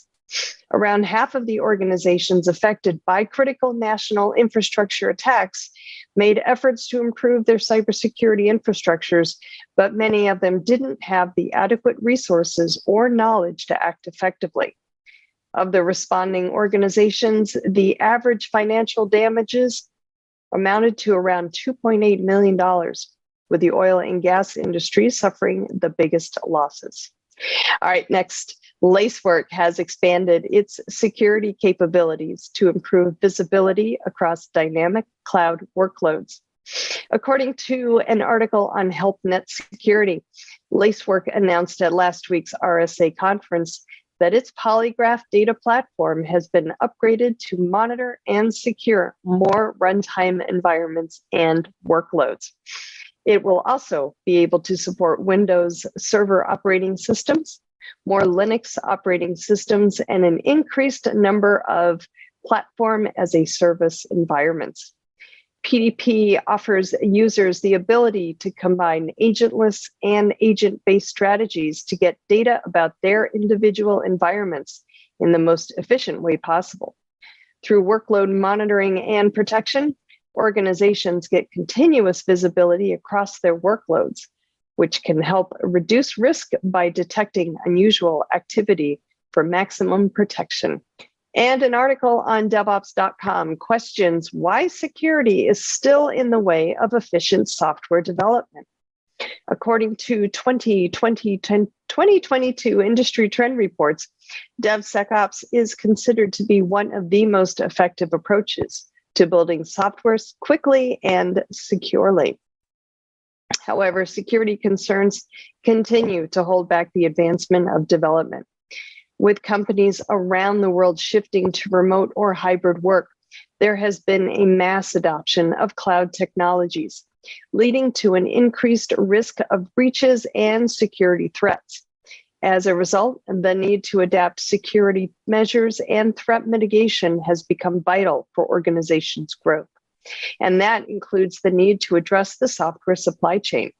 60% of companies have decided that securing the software supply chain should be a top priority for 2022.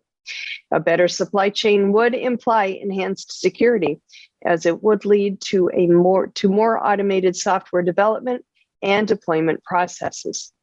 By adhering to improved security procedures and securing the supply chain, software development will be able to reach its potential. All right, and finally, Automox has forged an alliance with Rapid7 to automate patch management. As reported on Security Boulevard, Automox launched an automated vulnerability identification and remediation platform at the RSA conference, which it created in collaboration with Rapid7, which is a provider of a cloud platform for assessing the severity of vulnerabilities.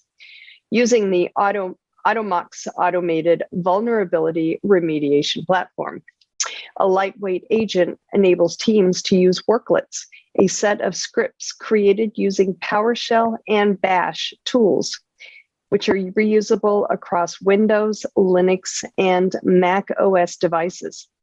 A recent Automox survey found 94% of respondents still rely on some degree of labor-intensive scripting for automation of endpoint management.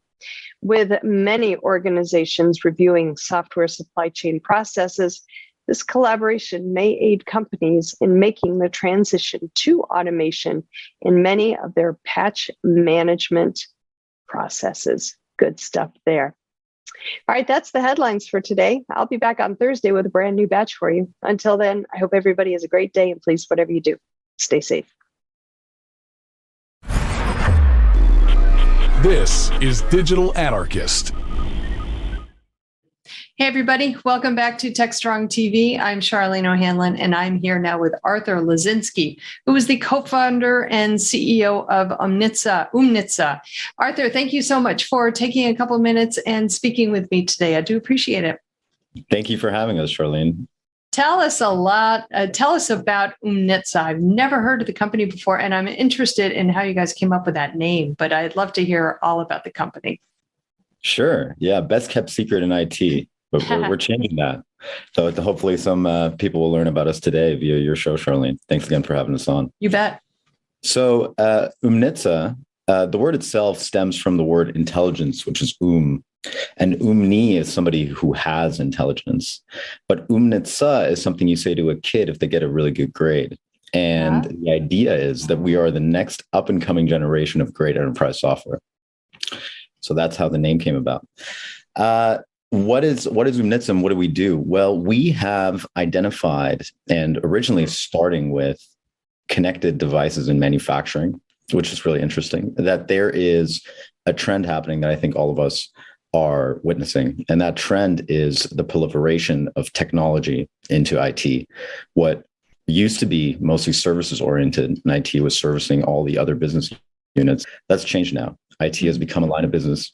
IT is now in charge of the security, the compliance, the auditability, the financial portions, and of course the experience, both for the customer and the internal employee. And so it is no longer just servicing other business units. It itself needs to be servicing. And that is, a change.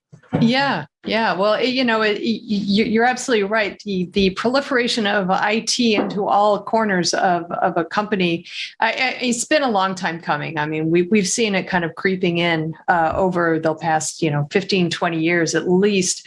Now, there is not a company on the face of this earth that cannot do business, that can do business without IT. It's just such an integral part of any business these days. And we've all heard that so many organizations now consider themselves to be software companies first, and then a shoe manufacturer second, or an airline second. Everything is software led these days, and IT led. So good stuff. And it's a great time to be alive in IT, I guess.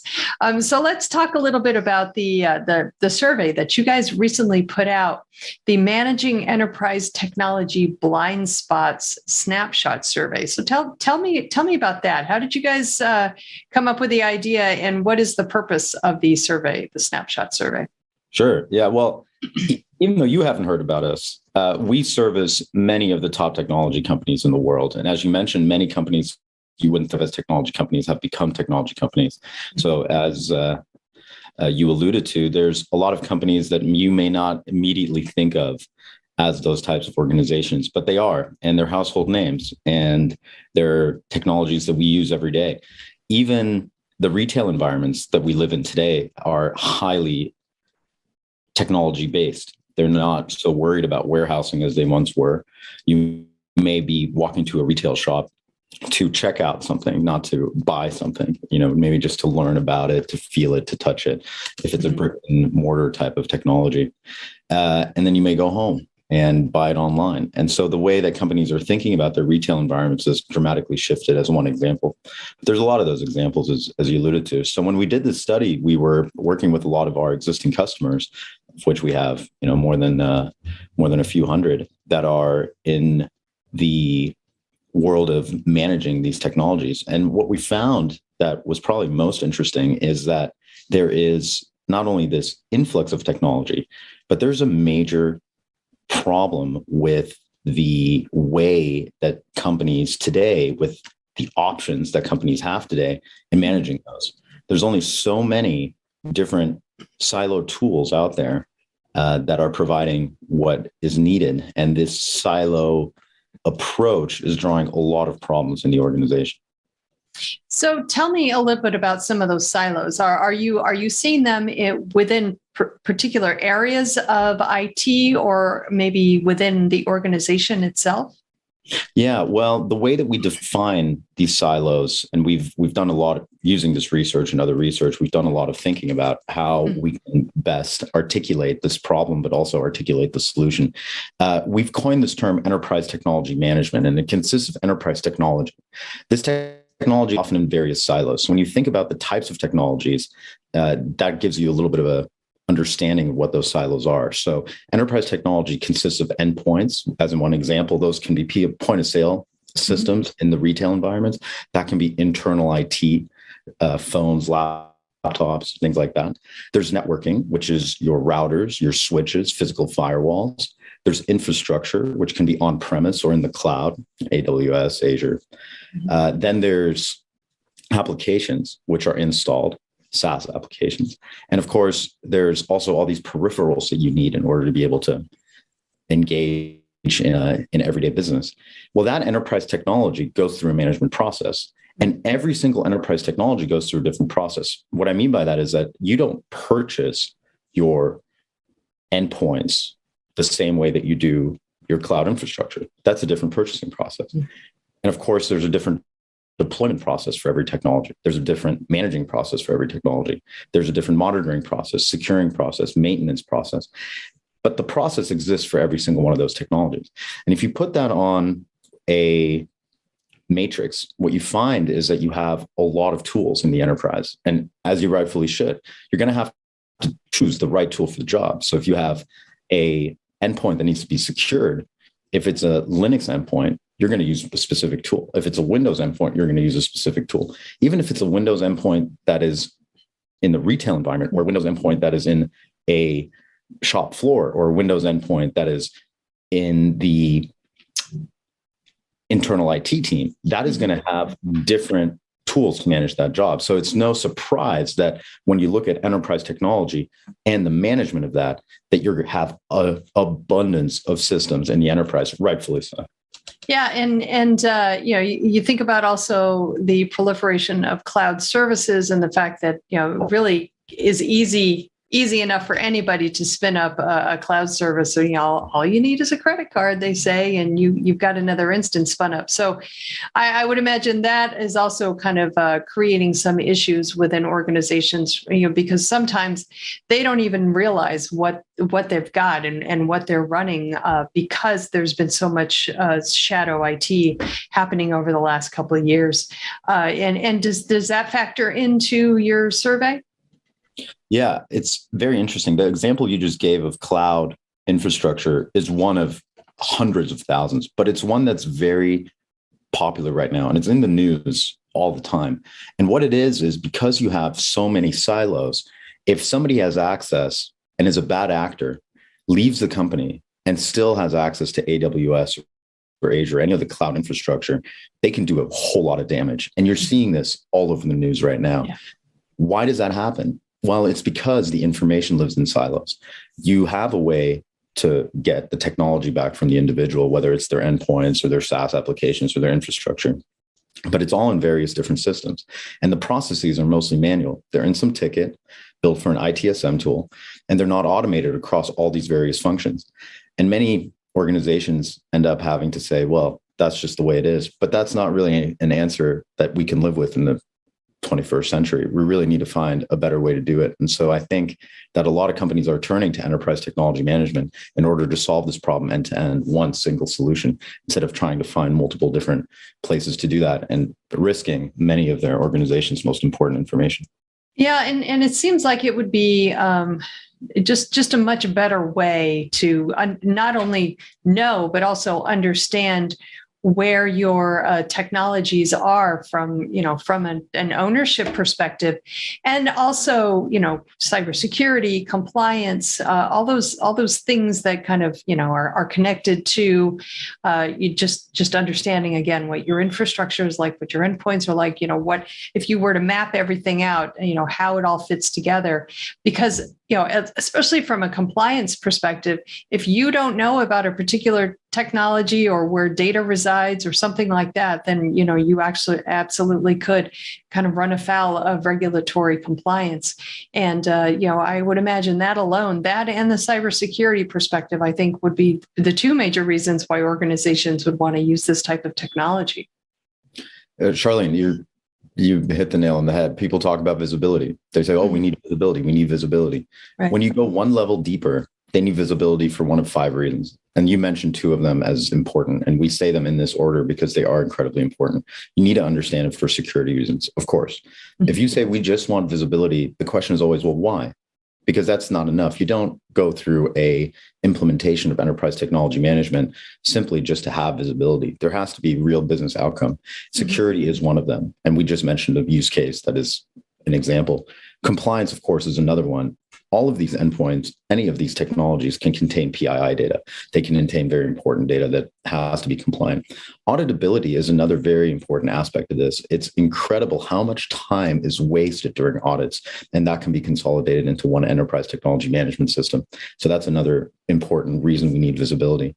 The third and fourth important point is the financial aspect of this technology that plays a major role in the availability of the technology. But the fifth, and maybe the most surprising one to me during the survey, is really the experience portion.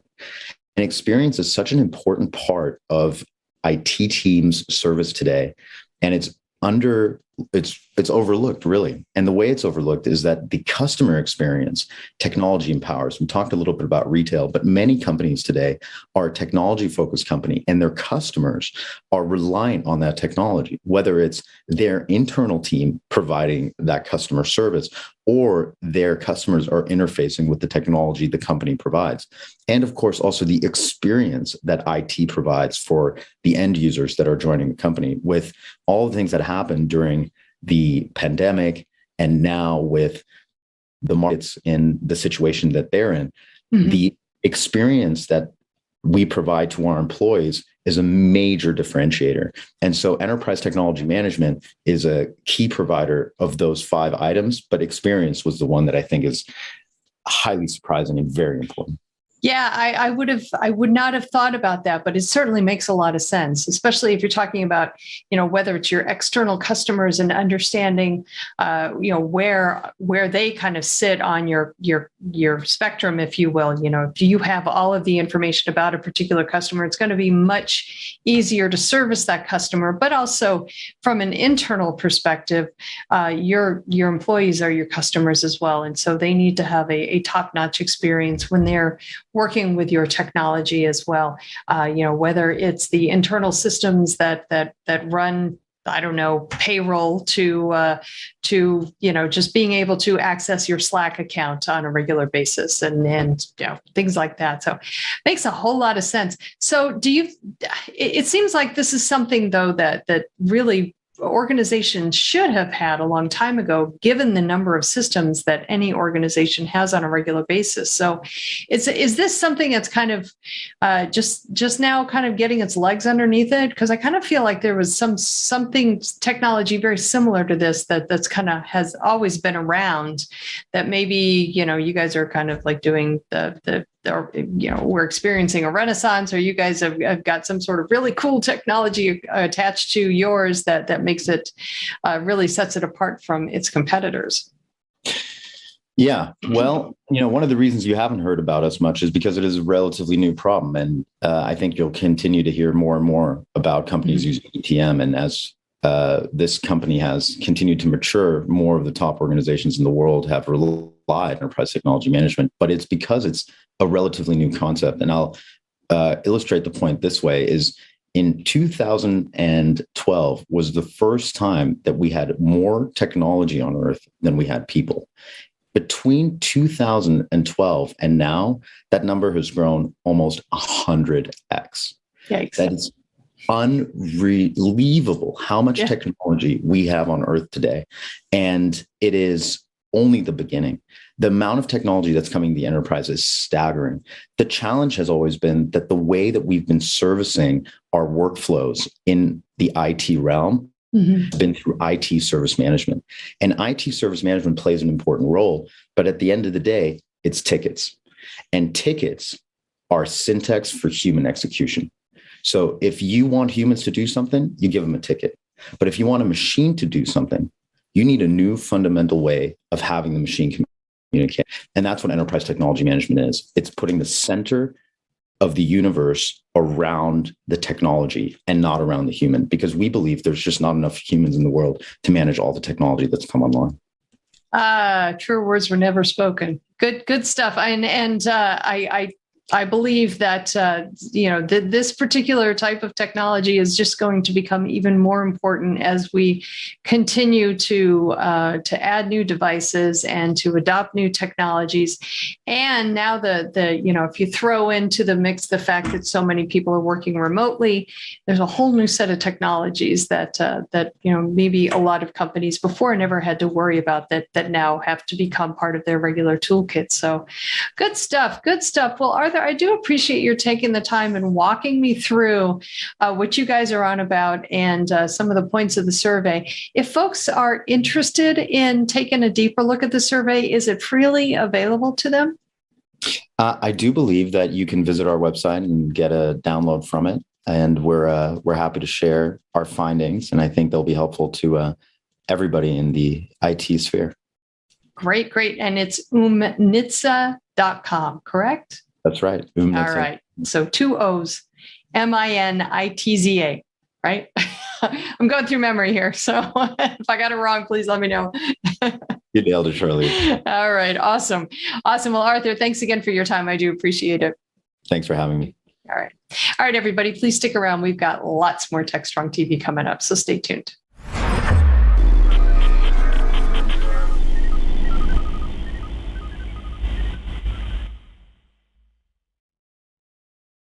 Looking for a live conference focused on the tools, technologies, and practices most important to your business? Innotech conferences are live one-day business and technology conferences highlighting the latest in trends for IT leaders, developers, and IT professionals. Each event combines education, innovation, peer-to-peer networking, and the latest technology and business solutions for a diverse IT-focused audience. Innotek conferences occur throughout the year in strategic regional locations, bringing together technology professionals from various industries to learn about the solutions, practices, and tools impacting their day-to-day work and gain insight into what's to come. Presenters at Innotek conferences are selected and curated to ensure each session provides the most up-to-date and relevant information without any hype. Whether you're interested in digital transformation, cybersecurity, cloud, IT leadership, or DevOps, Innotek conferences deliver. 2022 events are scheduled to be held in Austin, Dallas, Oklahoma City, Houston, and Washington, D.C. Innotek conferences are produced by Techstrong Live and powered by Techstrong Group.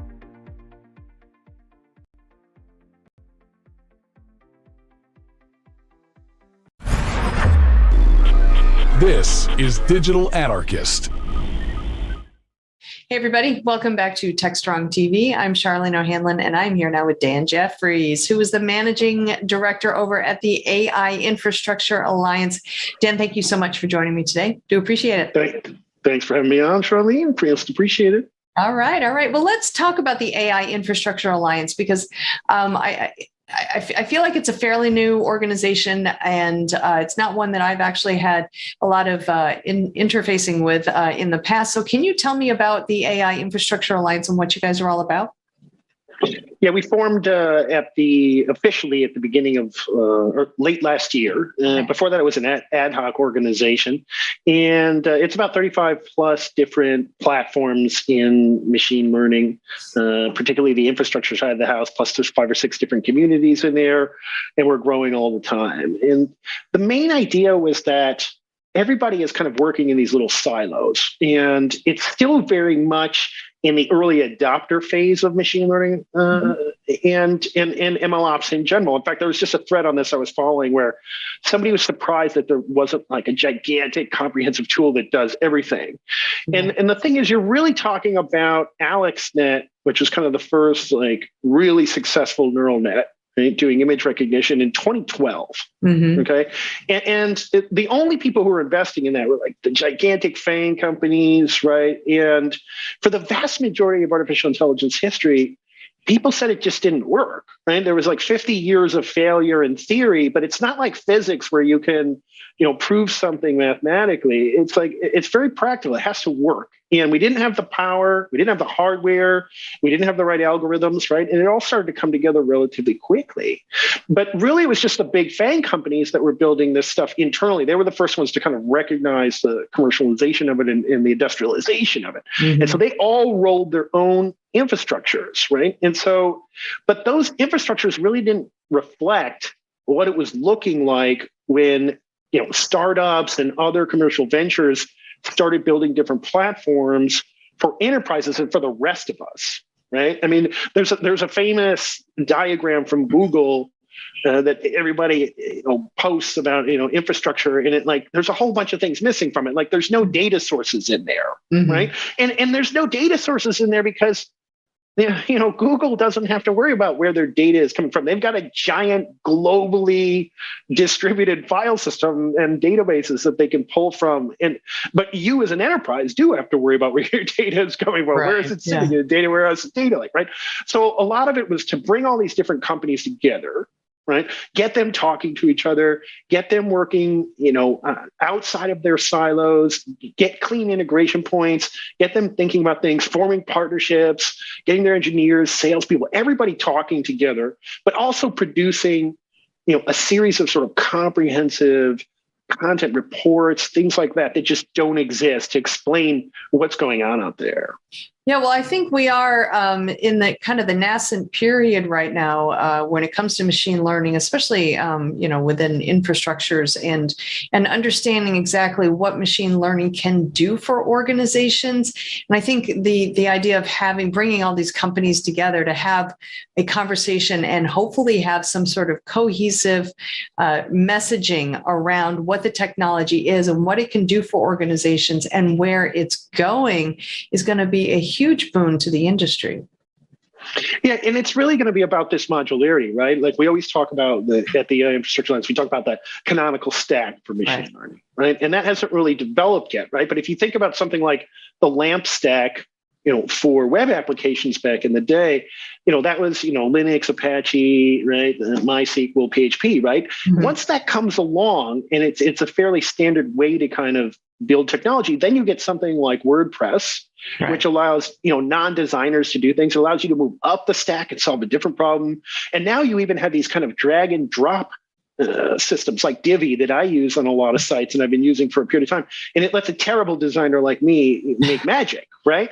And so it's like you have to have these kind of base layers so people can move up the stack. It doesn't exist in machine learning.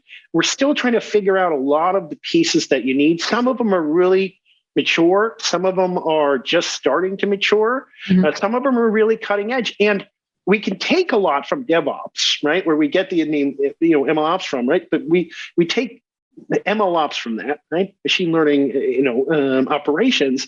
The problem is, of course, that it's not a complete one-to-one ratio. You have all kinds of things in there, like the training stage that doesn't exist anywhere else, right? Mm-hmm. And that's a period where you're just sitting there waiting. Or you have things like synthetic data. You generally don't generate synthetic data in any kind of problem. And in fact, data is not even a primary source in a lot of these problems. When I look at a web application, if I'm building a login to a website, I hand code all the logic and I maybe touch the data twice, your username and password. Mm-hmm. But the data is like a secondary thing, whereas the data here is primary, right? And the data scientists and data engineers spend all this time cleaning and transforming it, right? There are different pieces that are needed. So we can't just take everything from these huge cloud architectures that we have and hope that it's going to work the same, because it won't. So where do you see the kind of the market headed when it comes to ML ops? Do you think we're going to see a kind of a rolling up of a lot of these companies into one larger company as the market matures, or do you think that we're still going to be kind of, a collection of smaller companies that make up collectively the ML ops, environment or atmosphere? So our team is just looking at this. We're about to put out our first major report in the end of June, early July. It's very different from anything else that's out there. Most of the reports have been on the either the state of AI research or how much ML has been adopted, but nobody's really looked comprehensively at the tools. And we look at probably 200 different tools and all these different aspects of it. It's very, very comprehensive. I think people are going to be blown away by it. But in that, we do make sort of predictions over the next 5 years. I think they're conservative predictions, but they are predictions. And I absolutely expect to see some consolidation in the space. It's just, there's a ton of startups. There are probably 300 or 400 startups at last gasp, right, that I looked at it. And a lot of them have overlap, right? And also, as what tends to happen in these spaces, this is the thing you see over and over again. In the early days of the car companies, people don't realize there were like 400 different car companies within the United States, right? And over time, like they were making everything from, just one set of windshield wipers, like to those specializations, right? So they start to consolidate down and you get these overlaps, right? And people start to move into other aspects of it. It's also that somebody comes along and builds a better mousetrap, right? Mm-hmm. In other words, like somebody figures out how to do one aspect of it really, really well. And we don't know when that kind of kickoff point is going to come, but it's kind of like Tesla coming along and figuring out how to make, an alternating current, right? And sort of an induction motor. And that's much more powerful than anything that sort of Edison was working on. And he was just too far ahead of his time at some point. But at one point, all of a sudden, now you have these really powerful motors because somebody figures it out, right? And so that hasn't happened in many aspects of machine learning, right? It's still very much like we're figuring out. We've just come out of academia. We've just come out of the FANG companies. We're just figuring out how to industrialize this. We're even starting to just figure out, what are the applications for this thing, right? It's like, tomorrow we'll probably set reinforcement learning on when there's a new virus or a disease. We'll set a reinforcement learning algorithm to find out, to play a game to figure out what the best drug to destroy it is going to be, right? Or, you look at something like DALL-E 2 coming out, and they're not even fully sure what to do with this, where you basically describe a sentence of something and it generates a crazy or beautiful image that's photorealistic. But again, that's going to change the way artists work, right? It's going to change, it changes how Shutterstock works. If I can just go in and say, I want an elephant flying through space or whatever, I can get 20 variations of that. And even if it's imperfect, I can just tweak it in Photoshop. So there's all kinds of things that are coming down the pike with this stuff.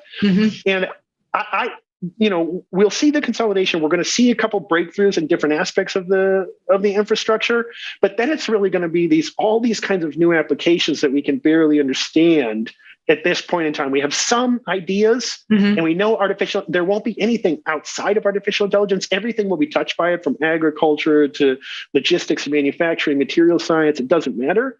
But sometimes when something is invented, you have an idea what it's going to be used for, and then it gets used for something else. So when they invented the transistor, it was just for communications, and they didn't realize it was going to be in this little thing called a microchip that could do a bazillion calculations and then give you a supercomputer in your pocket, right? That. Yeah. Well, so the idea of being able to have ML or AI actually generate an image for you actually is kind of it's intriguing, but at the same time it's kind of frightening, because I can so obviously see this technology being used for for other things that really maybe it should not be intended for, so such as deepfakes and things like that. So what about governance around this? Is that something that the AI Infrastructure Alliance is looking at as well? Yeah, governance is still one of the most sort of early phases of this kind of thing, because we have to understand what the capabilities are in order to be able to monitor them. And you look at what OpenAI is doing with DALL-E 2, like I'm still on the waiting list, and a lot of other people are, because they're trying to figure out, like, how do they make sure people aren't using it for bad things. What I always say to people, though, and this is really, really important, and then we'll loop back to it, is AI is a universal technology. Right? It's like, a knife can be used to, cut butter, or it can be used to stab someone. It's really in the user, right? And because it's a universal technology, it can be used for different things, right? It's like, again, a light bulb can be used to light up your room, or you can hit someone over the head with it, right? It depends on the user. So people will do bad things with it. But when I look at artificial intelligence, I see all the potential for these things, all the potential for, drug discovery, medicine, for like logistics, material science, right? All these sort of wonderful things. So yeah, some things will be done that are poor, but like you take even something that's much maligned, like deepfakes, right? I've already seen a company that's using it to do perfect lip syncing and voice transfer for actors. And so all of a sudden now you have, Tom Cruise or Tom Hanks speaking perfect Japanese in his own voice, because they can take the style of his voice and translate it, and they can make the lips look perfectly. So it's no longer like, hello, I am Tom, right? These sort of horrible dubs. So like it's two sides of the same coin. Now what you're talking about, though, is a lot of that kind of stuff is going to go into sort of AI security, which you're starting to see things like, Bosch AI, the AI Shield, which just joined the group a lot. And we're doing a day 2 MLOps summit, which we're talking about, which is all about monitoring, observability, and explainability. All those different companies that are talking there, from Y Labs to Fiddler to Selden to Aporia, Truera, et cetera, Data Robot, all these folks. There's a ton of them there, 14 different speakers. That's where a lot of this is going to happen, because monitoring, for instance, has precedence in traditional IT infrastructures, but it is different. In other words, you can't just use the same back-end engines, and you have to use sort of new engines to do this stuff. And the reason is, if I'm looking at inference, for instance, I need to know the entire history of the decisions that the machine learning model made in order to be able to decide if it's kind of drifting outside of that, or if it's or if it's got some anomalies in there historically, right? Whereas in traditional IT, I just have to know if the web server is up or down now. And I generally don't care about the history. I can throw it away unless if it's been bouncing for a few days, I want to look back and say, okay, wait, the backup's happening. So there's some different things, but I think this is what it touches on. And I think a couple of talks are going to be on the need to secure AI and things like that, where they're going to be able to look at these things, figure out if they've been poisoned, or figure out if they're being used for kind of a nefarious thing. And we're going to have to learn to do things differently, because you're really talking about monitoring the logic and the infinite variability of humans who are very creative in their abilities to do things. Yeah. All right. Good stuff. So yeah, let's talk a little bit more about this virtual summit that is coming up on June 23rd. It is MLOps Day 2, or is it Day 2 MLOps? I can't remember. MLOps Day 2, Day 2 MLOps. Yeah. What do you do after you deploy a model? That's where the Day 2 comes from. What happens when you get it to production? That's really just the first step. Mm-hmm. And that's when your problems really begin. Of course, right? Because the model can immediately start to have, it could have latency problems, everything from sort of traditional monitoring that you get, memory issues, not responding in time, those kinds of basic things, to crazy answers, right? Where like you want your call center model to give a correct response and send people to a document that's going to help them, and it sends them to something on Wikipedia on like Egypt in the 1920s. So you're like, wait, what's happening here, right? Yeah. And how did this happen?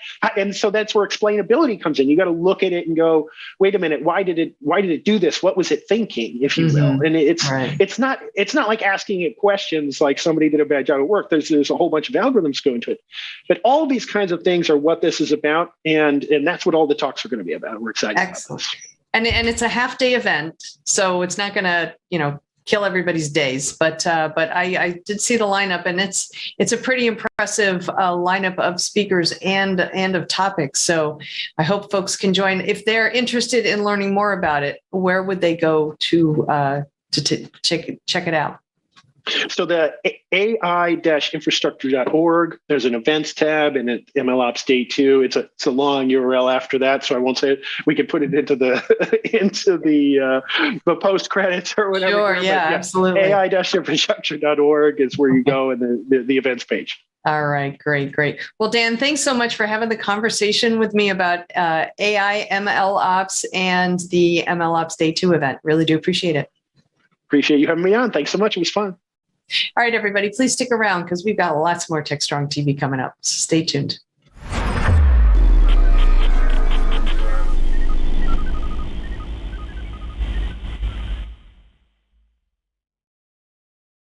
Hey, everybody. Happy Tuesday. This is Charlene O'Hanlon, and I am here now with the webinars preview. I always tell you we have so many great webinars coming up on DevOps.com, Container Journal, and Security Boulevard. Well, I got 3 here for you that are coming up shortly, so hopefully you'll be able to mark your calendar and join us. The first one is called Why Cloud Native Applications and APIs Are at Risk. This one is happening Tuesday, June 21st at 1 p.m. Eastern on Security Boulevard. It is sponsored by Bionic. Like every other organization, you probably have some sort of cloud transformation initiative. Whether you are just starting on your cloud journey or have fully adopted a cloud-first approach, there are a lot of things to think about.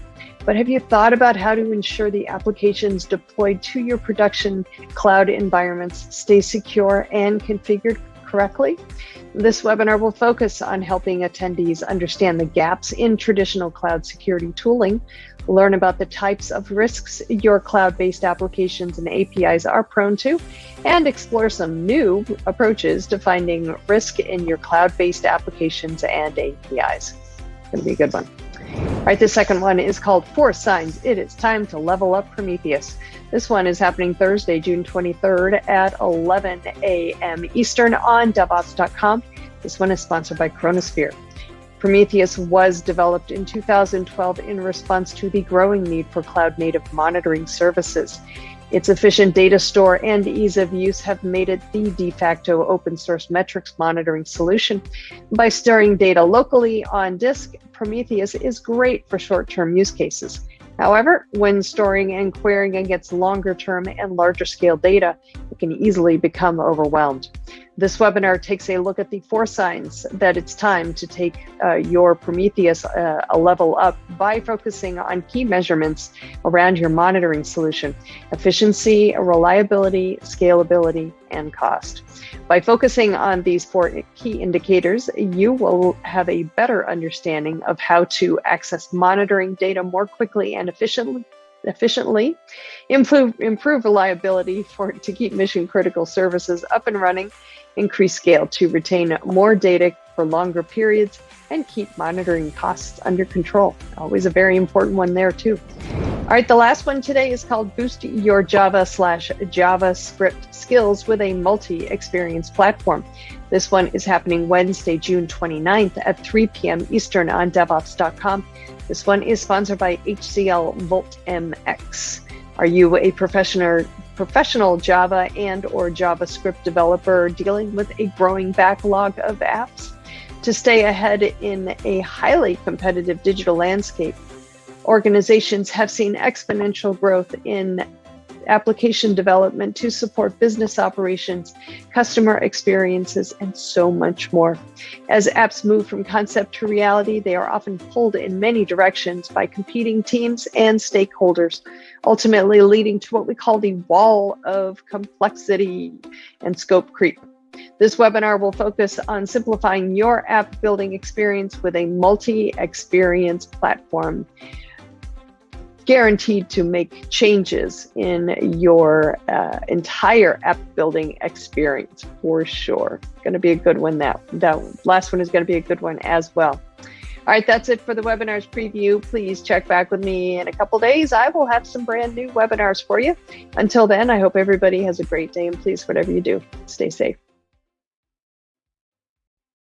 DevOps.com is the #1 online destination for DevOps education and community building. DevOps.com covers all aspects of DevOps, including DevOps best practices and tools, DevOps culture, DevSecOps, business impact, continuous testing, continuous delivery, and more. DevOps.com has the largest collection of original DevOps content, featuring breaking news, blog posts, podcasts, and more. Visit www.devops.com to learn more. DevOps.com, where the world meets DevOps. This is Digital Anarchist. Hey guys, thanks for the throw. We're here with Tucker Calloway, he's the CEO for Mesmo, formerly known as LogDNA. They've rebranded, and he's going to explain why. Tucker, welcome to the show. Hey, thanks for having me. Nice to be here. So what's the thought process in terms of renaming the company? A lot of folks sometimes know a company by a certain name, and other times maybe the company's still not quite got started yet, so there's not that many folks and they're not a household word yet. But what are you hoping to get out of this effort? Well, it's probably a little bit of both of those, to be honest, Mike. There's part of this where we have the word log in our name, and as you'll see of our upcoming announcement for our support of OTel, we are expanding the type of data we support beyond just pure logs into metrics and traces and the broader observability space. So the name LogDNA, it didn't give us the right room to grow and to describe ourselves appropriately. And I think on the other side too, is like, we're just getting started in our journey as we point ourselves towards the observability data pipeline. It's a very big space. It's a fast growing space. It's a newly emerging and being defined category. And we felt like it was really important to give ourselves a new brand to go grow into that. There are already a lot of players in this space. Ultimately, what will differentiate who among the providers of observability platforms? Yeah, so it's interesting. Our history in log management, I believe, gives us a unique differentiation there. And it gives us a different differentiation than most people with a history in log management. Our view of log management has always been more about troubleshooting and debugging of applications, which forced us to do a lot of enrichment and correlation of data in real time, which is very different than where a lot of people focus on log management traditionally, which was more in the long-term data storage space, or more they evolved into security and areas like that. Our focus on real time actually is interesting. We recognized as we went through our pipeline journey that the thing that we created was the pipeline. Like we had created a pipeline for log management. And so to answer your question more specifically with that history, our differentiation is our ability to correlate and enrich data in real time in our ability to go drive down mean time to resolution. Also, I would say in addition to that, with our focus being more on real time, we were never trying to build that data store that would be this long-term data storage. So it makes us very complementary to the open data formats that are being pursued today. So we're very interested in helping people move to situations where they own their data, like they're storing that data in Snowflake or Databricks or other areas. And so we feel like we've got the right open format, and we've got the right depth and focus in terms of correlation and enrichment to go win this market. people have been doing monitoring forever, and some people have been doing continuous monitoring, but it's always been around a set of predefined metrics. And so we'd all get in a big room and not let anybody out until they could prove their innocence, as it were. But the metrics themselves are limited. So do you think people understand the difference between traditional monitoring and observability these days? I'm a little more, probably not. But I think that what is interesting to me is that the applications of observability data, kind of broadly speaking, especially log data. And what I mean by that is there's a lot of observability data is increasingly being consumed by other disciplines, such as cybersecurity. And what happens is when we filter these, when we don't look at correlation, we don't look at correlation in real time, and we don't look at correlation as it relates to trends, we have a tendency to get stuck in those stovepipes and have this kind of more observability type conversation. So let me give you an example. So for example, a CPU spike hits. That's, to your point, that's something that we've dealt with many times before, and people will get in the room and we'll figure out what goes wrong. Typically that gets troubleshooted from an application performance perspective, because that's usually what we're used to looking at. We look at the processors or whatever as it relates to the application. If you're doing cross-domain correlation of this data while it's in motion, you can do things like look at the audit log or the entry logs of who's accessed the server and correlate that with a CPU spike to alert a security team that maybe this isn't an observability problem. Maybe this is actually a cybersecurity problem, meaning that maybe someone had unauthorized access to that server and they chose to go, maybe they're doing some kind of Bitcoin mining or something like that. But like there's a CPU spike that's associated with a security event, which is different than it being associated with an observability event. And the time it takes today to have those two different teams go actually troubleshoot and debug that is very challenging.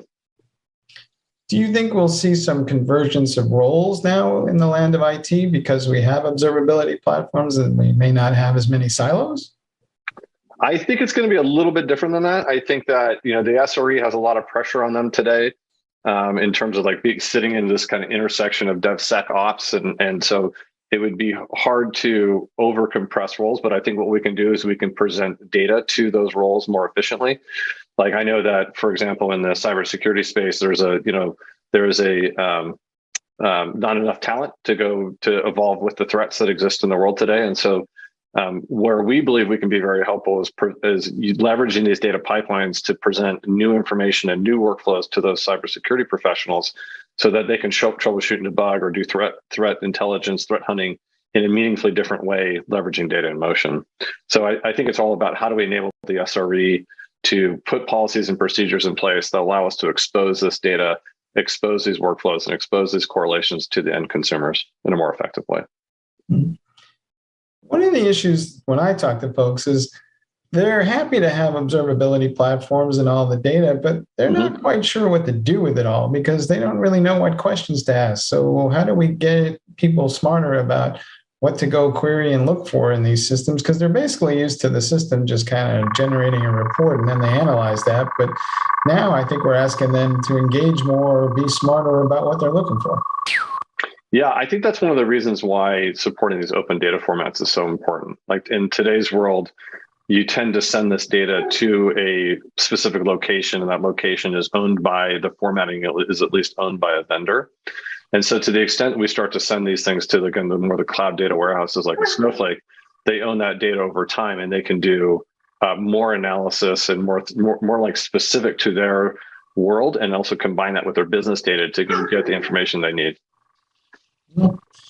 What's your best advice on how to get started with observability? Because I think a lot of people just don't know where to begin. Yeah, in terms of starting with observability, I mean, like I'm partial to the log side of things. They help you get the information you need and troubleshoot and debug the applications effectively. I think when you start to think about observability data pipelines, the first step is absolutely shifting control to the pipeline to consolidate where your data gets collected. And we think the second step is where we'll provide capabilities in enrichment and correlation is to shift logic out of the destinations into the pipeline today. When you kind of put it all together, do you think that more business users will start looking at this data as well, because it will actually represent some sort of business event, not just an IT event? And so is the types of people that are going to consume observability data going to change as well? Yeah, I think that's true. I think that's exactly right, especially as we start doing cross-domain correlation, or as people store in these open formats that allow them to cross with business data. We look at all this data sits in silos today, and the business data you put in Snowflake is really not meaningfully different once it becomes at rest than the security data you put in there, for example, or the observability data you put in there. Yet we manage these things in siloed off areas, so it's impossible for us to find the correlations between the two. So I think storing in these formats is going to lead to new insights, and then it's going to lead to new logic shifting left into the pipeline. One of the things that comes up, or has historically always been an issue, is instrumenting applications is not easy. Sticking agent software everywhere is in itself a management task. So do you think it will get easier to instrument these applications going forward? It certainly looks like it's going to get less expensive, but will it get easier? I think it'll get easier. Yeah, like we're a big fan of the kind of open telemetry format and trying to consolidate as much as we can into the open formats that allow it to be.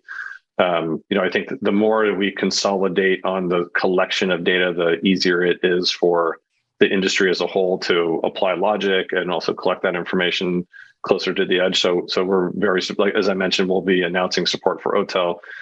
We think bringing that information, bringing that metadata in, and then leveraging that upstream is going to make it much easier for people. Yeah. Do you think this sets the foundation perhaps for more AI models to be used within the context of DevOps, because we are collecting all this data in a place that makes it interesting and able to aggregate it and maybe build some models that are useful?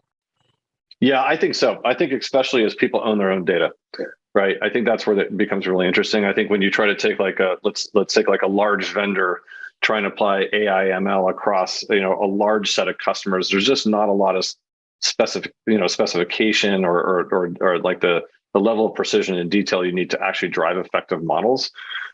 Correlation is a first step, but owning your data and then leveraging and treating that data like a product downstream is incredibly important to make those AI ML models happen.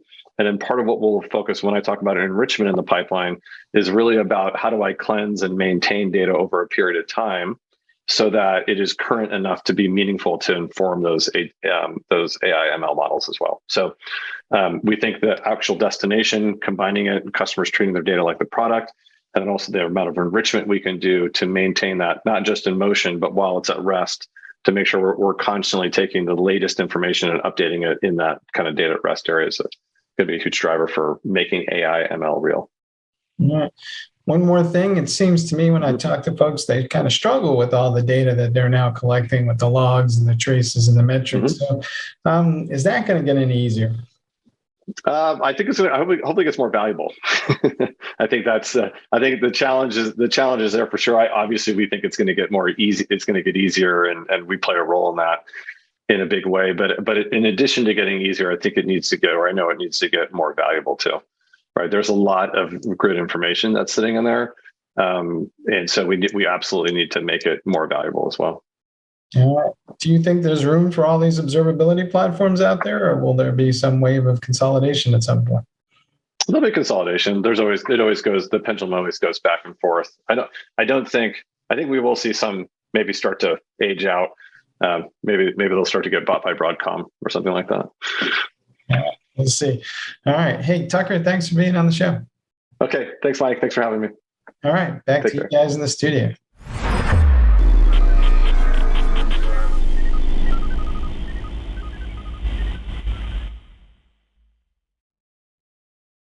SecurityBoulevard.com is the leading resource for news, analysis, and education on challenges facing the cybersecurity industry.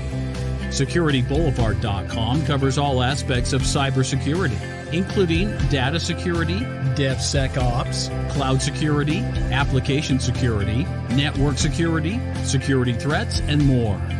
SecurityBoulevard.com has the largest selection of security content, featuring breaking news, blog posts, podcasts, and more. Visit www.securityboulevard.com to learn more. SecurityBoulevard.com, home of Security Bloggers Network. All right. We hope you've enjoyed today's Techstrong TV. We'll be back Thursday with some fresh content. We'll be doing a best of tomorrow. Until then, though, this is Alan Schimmel. Be safe, be strong, be tech strong.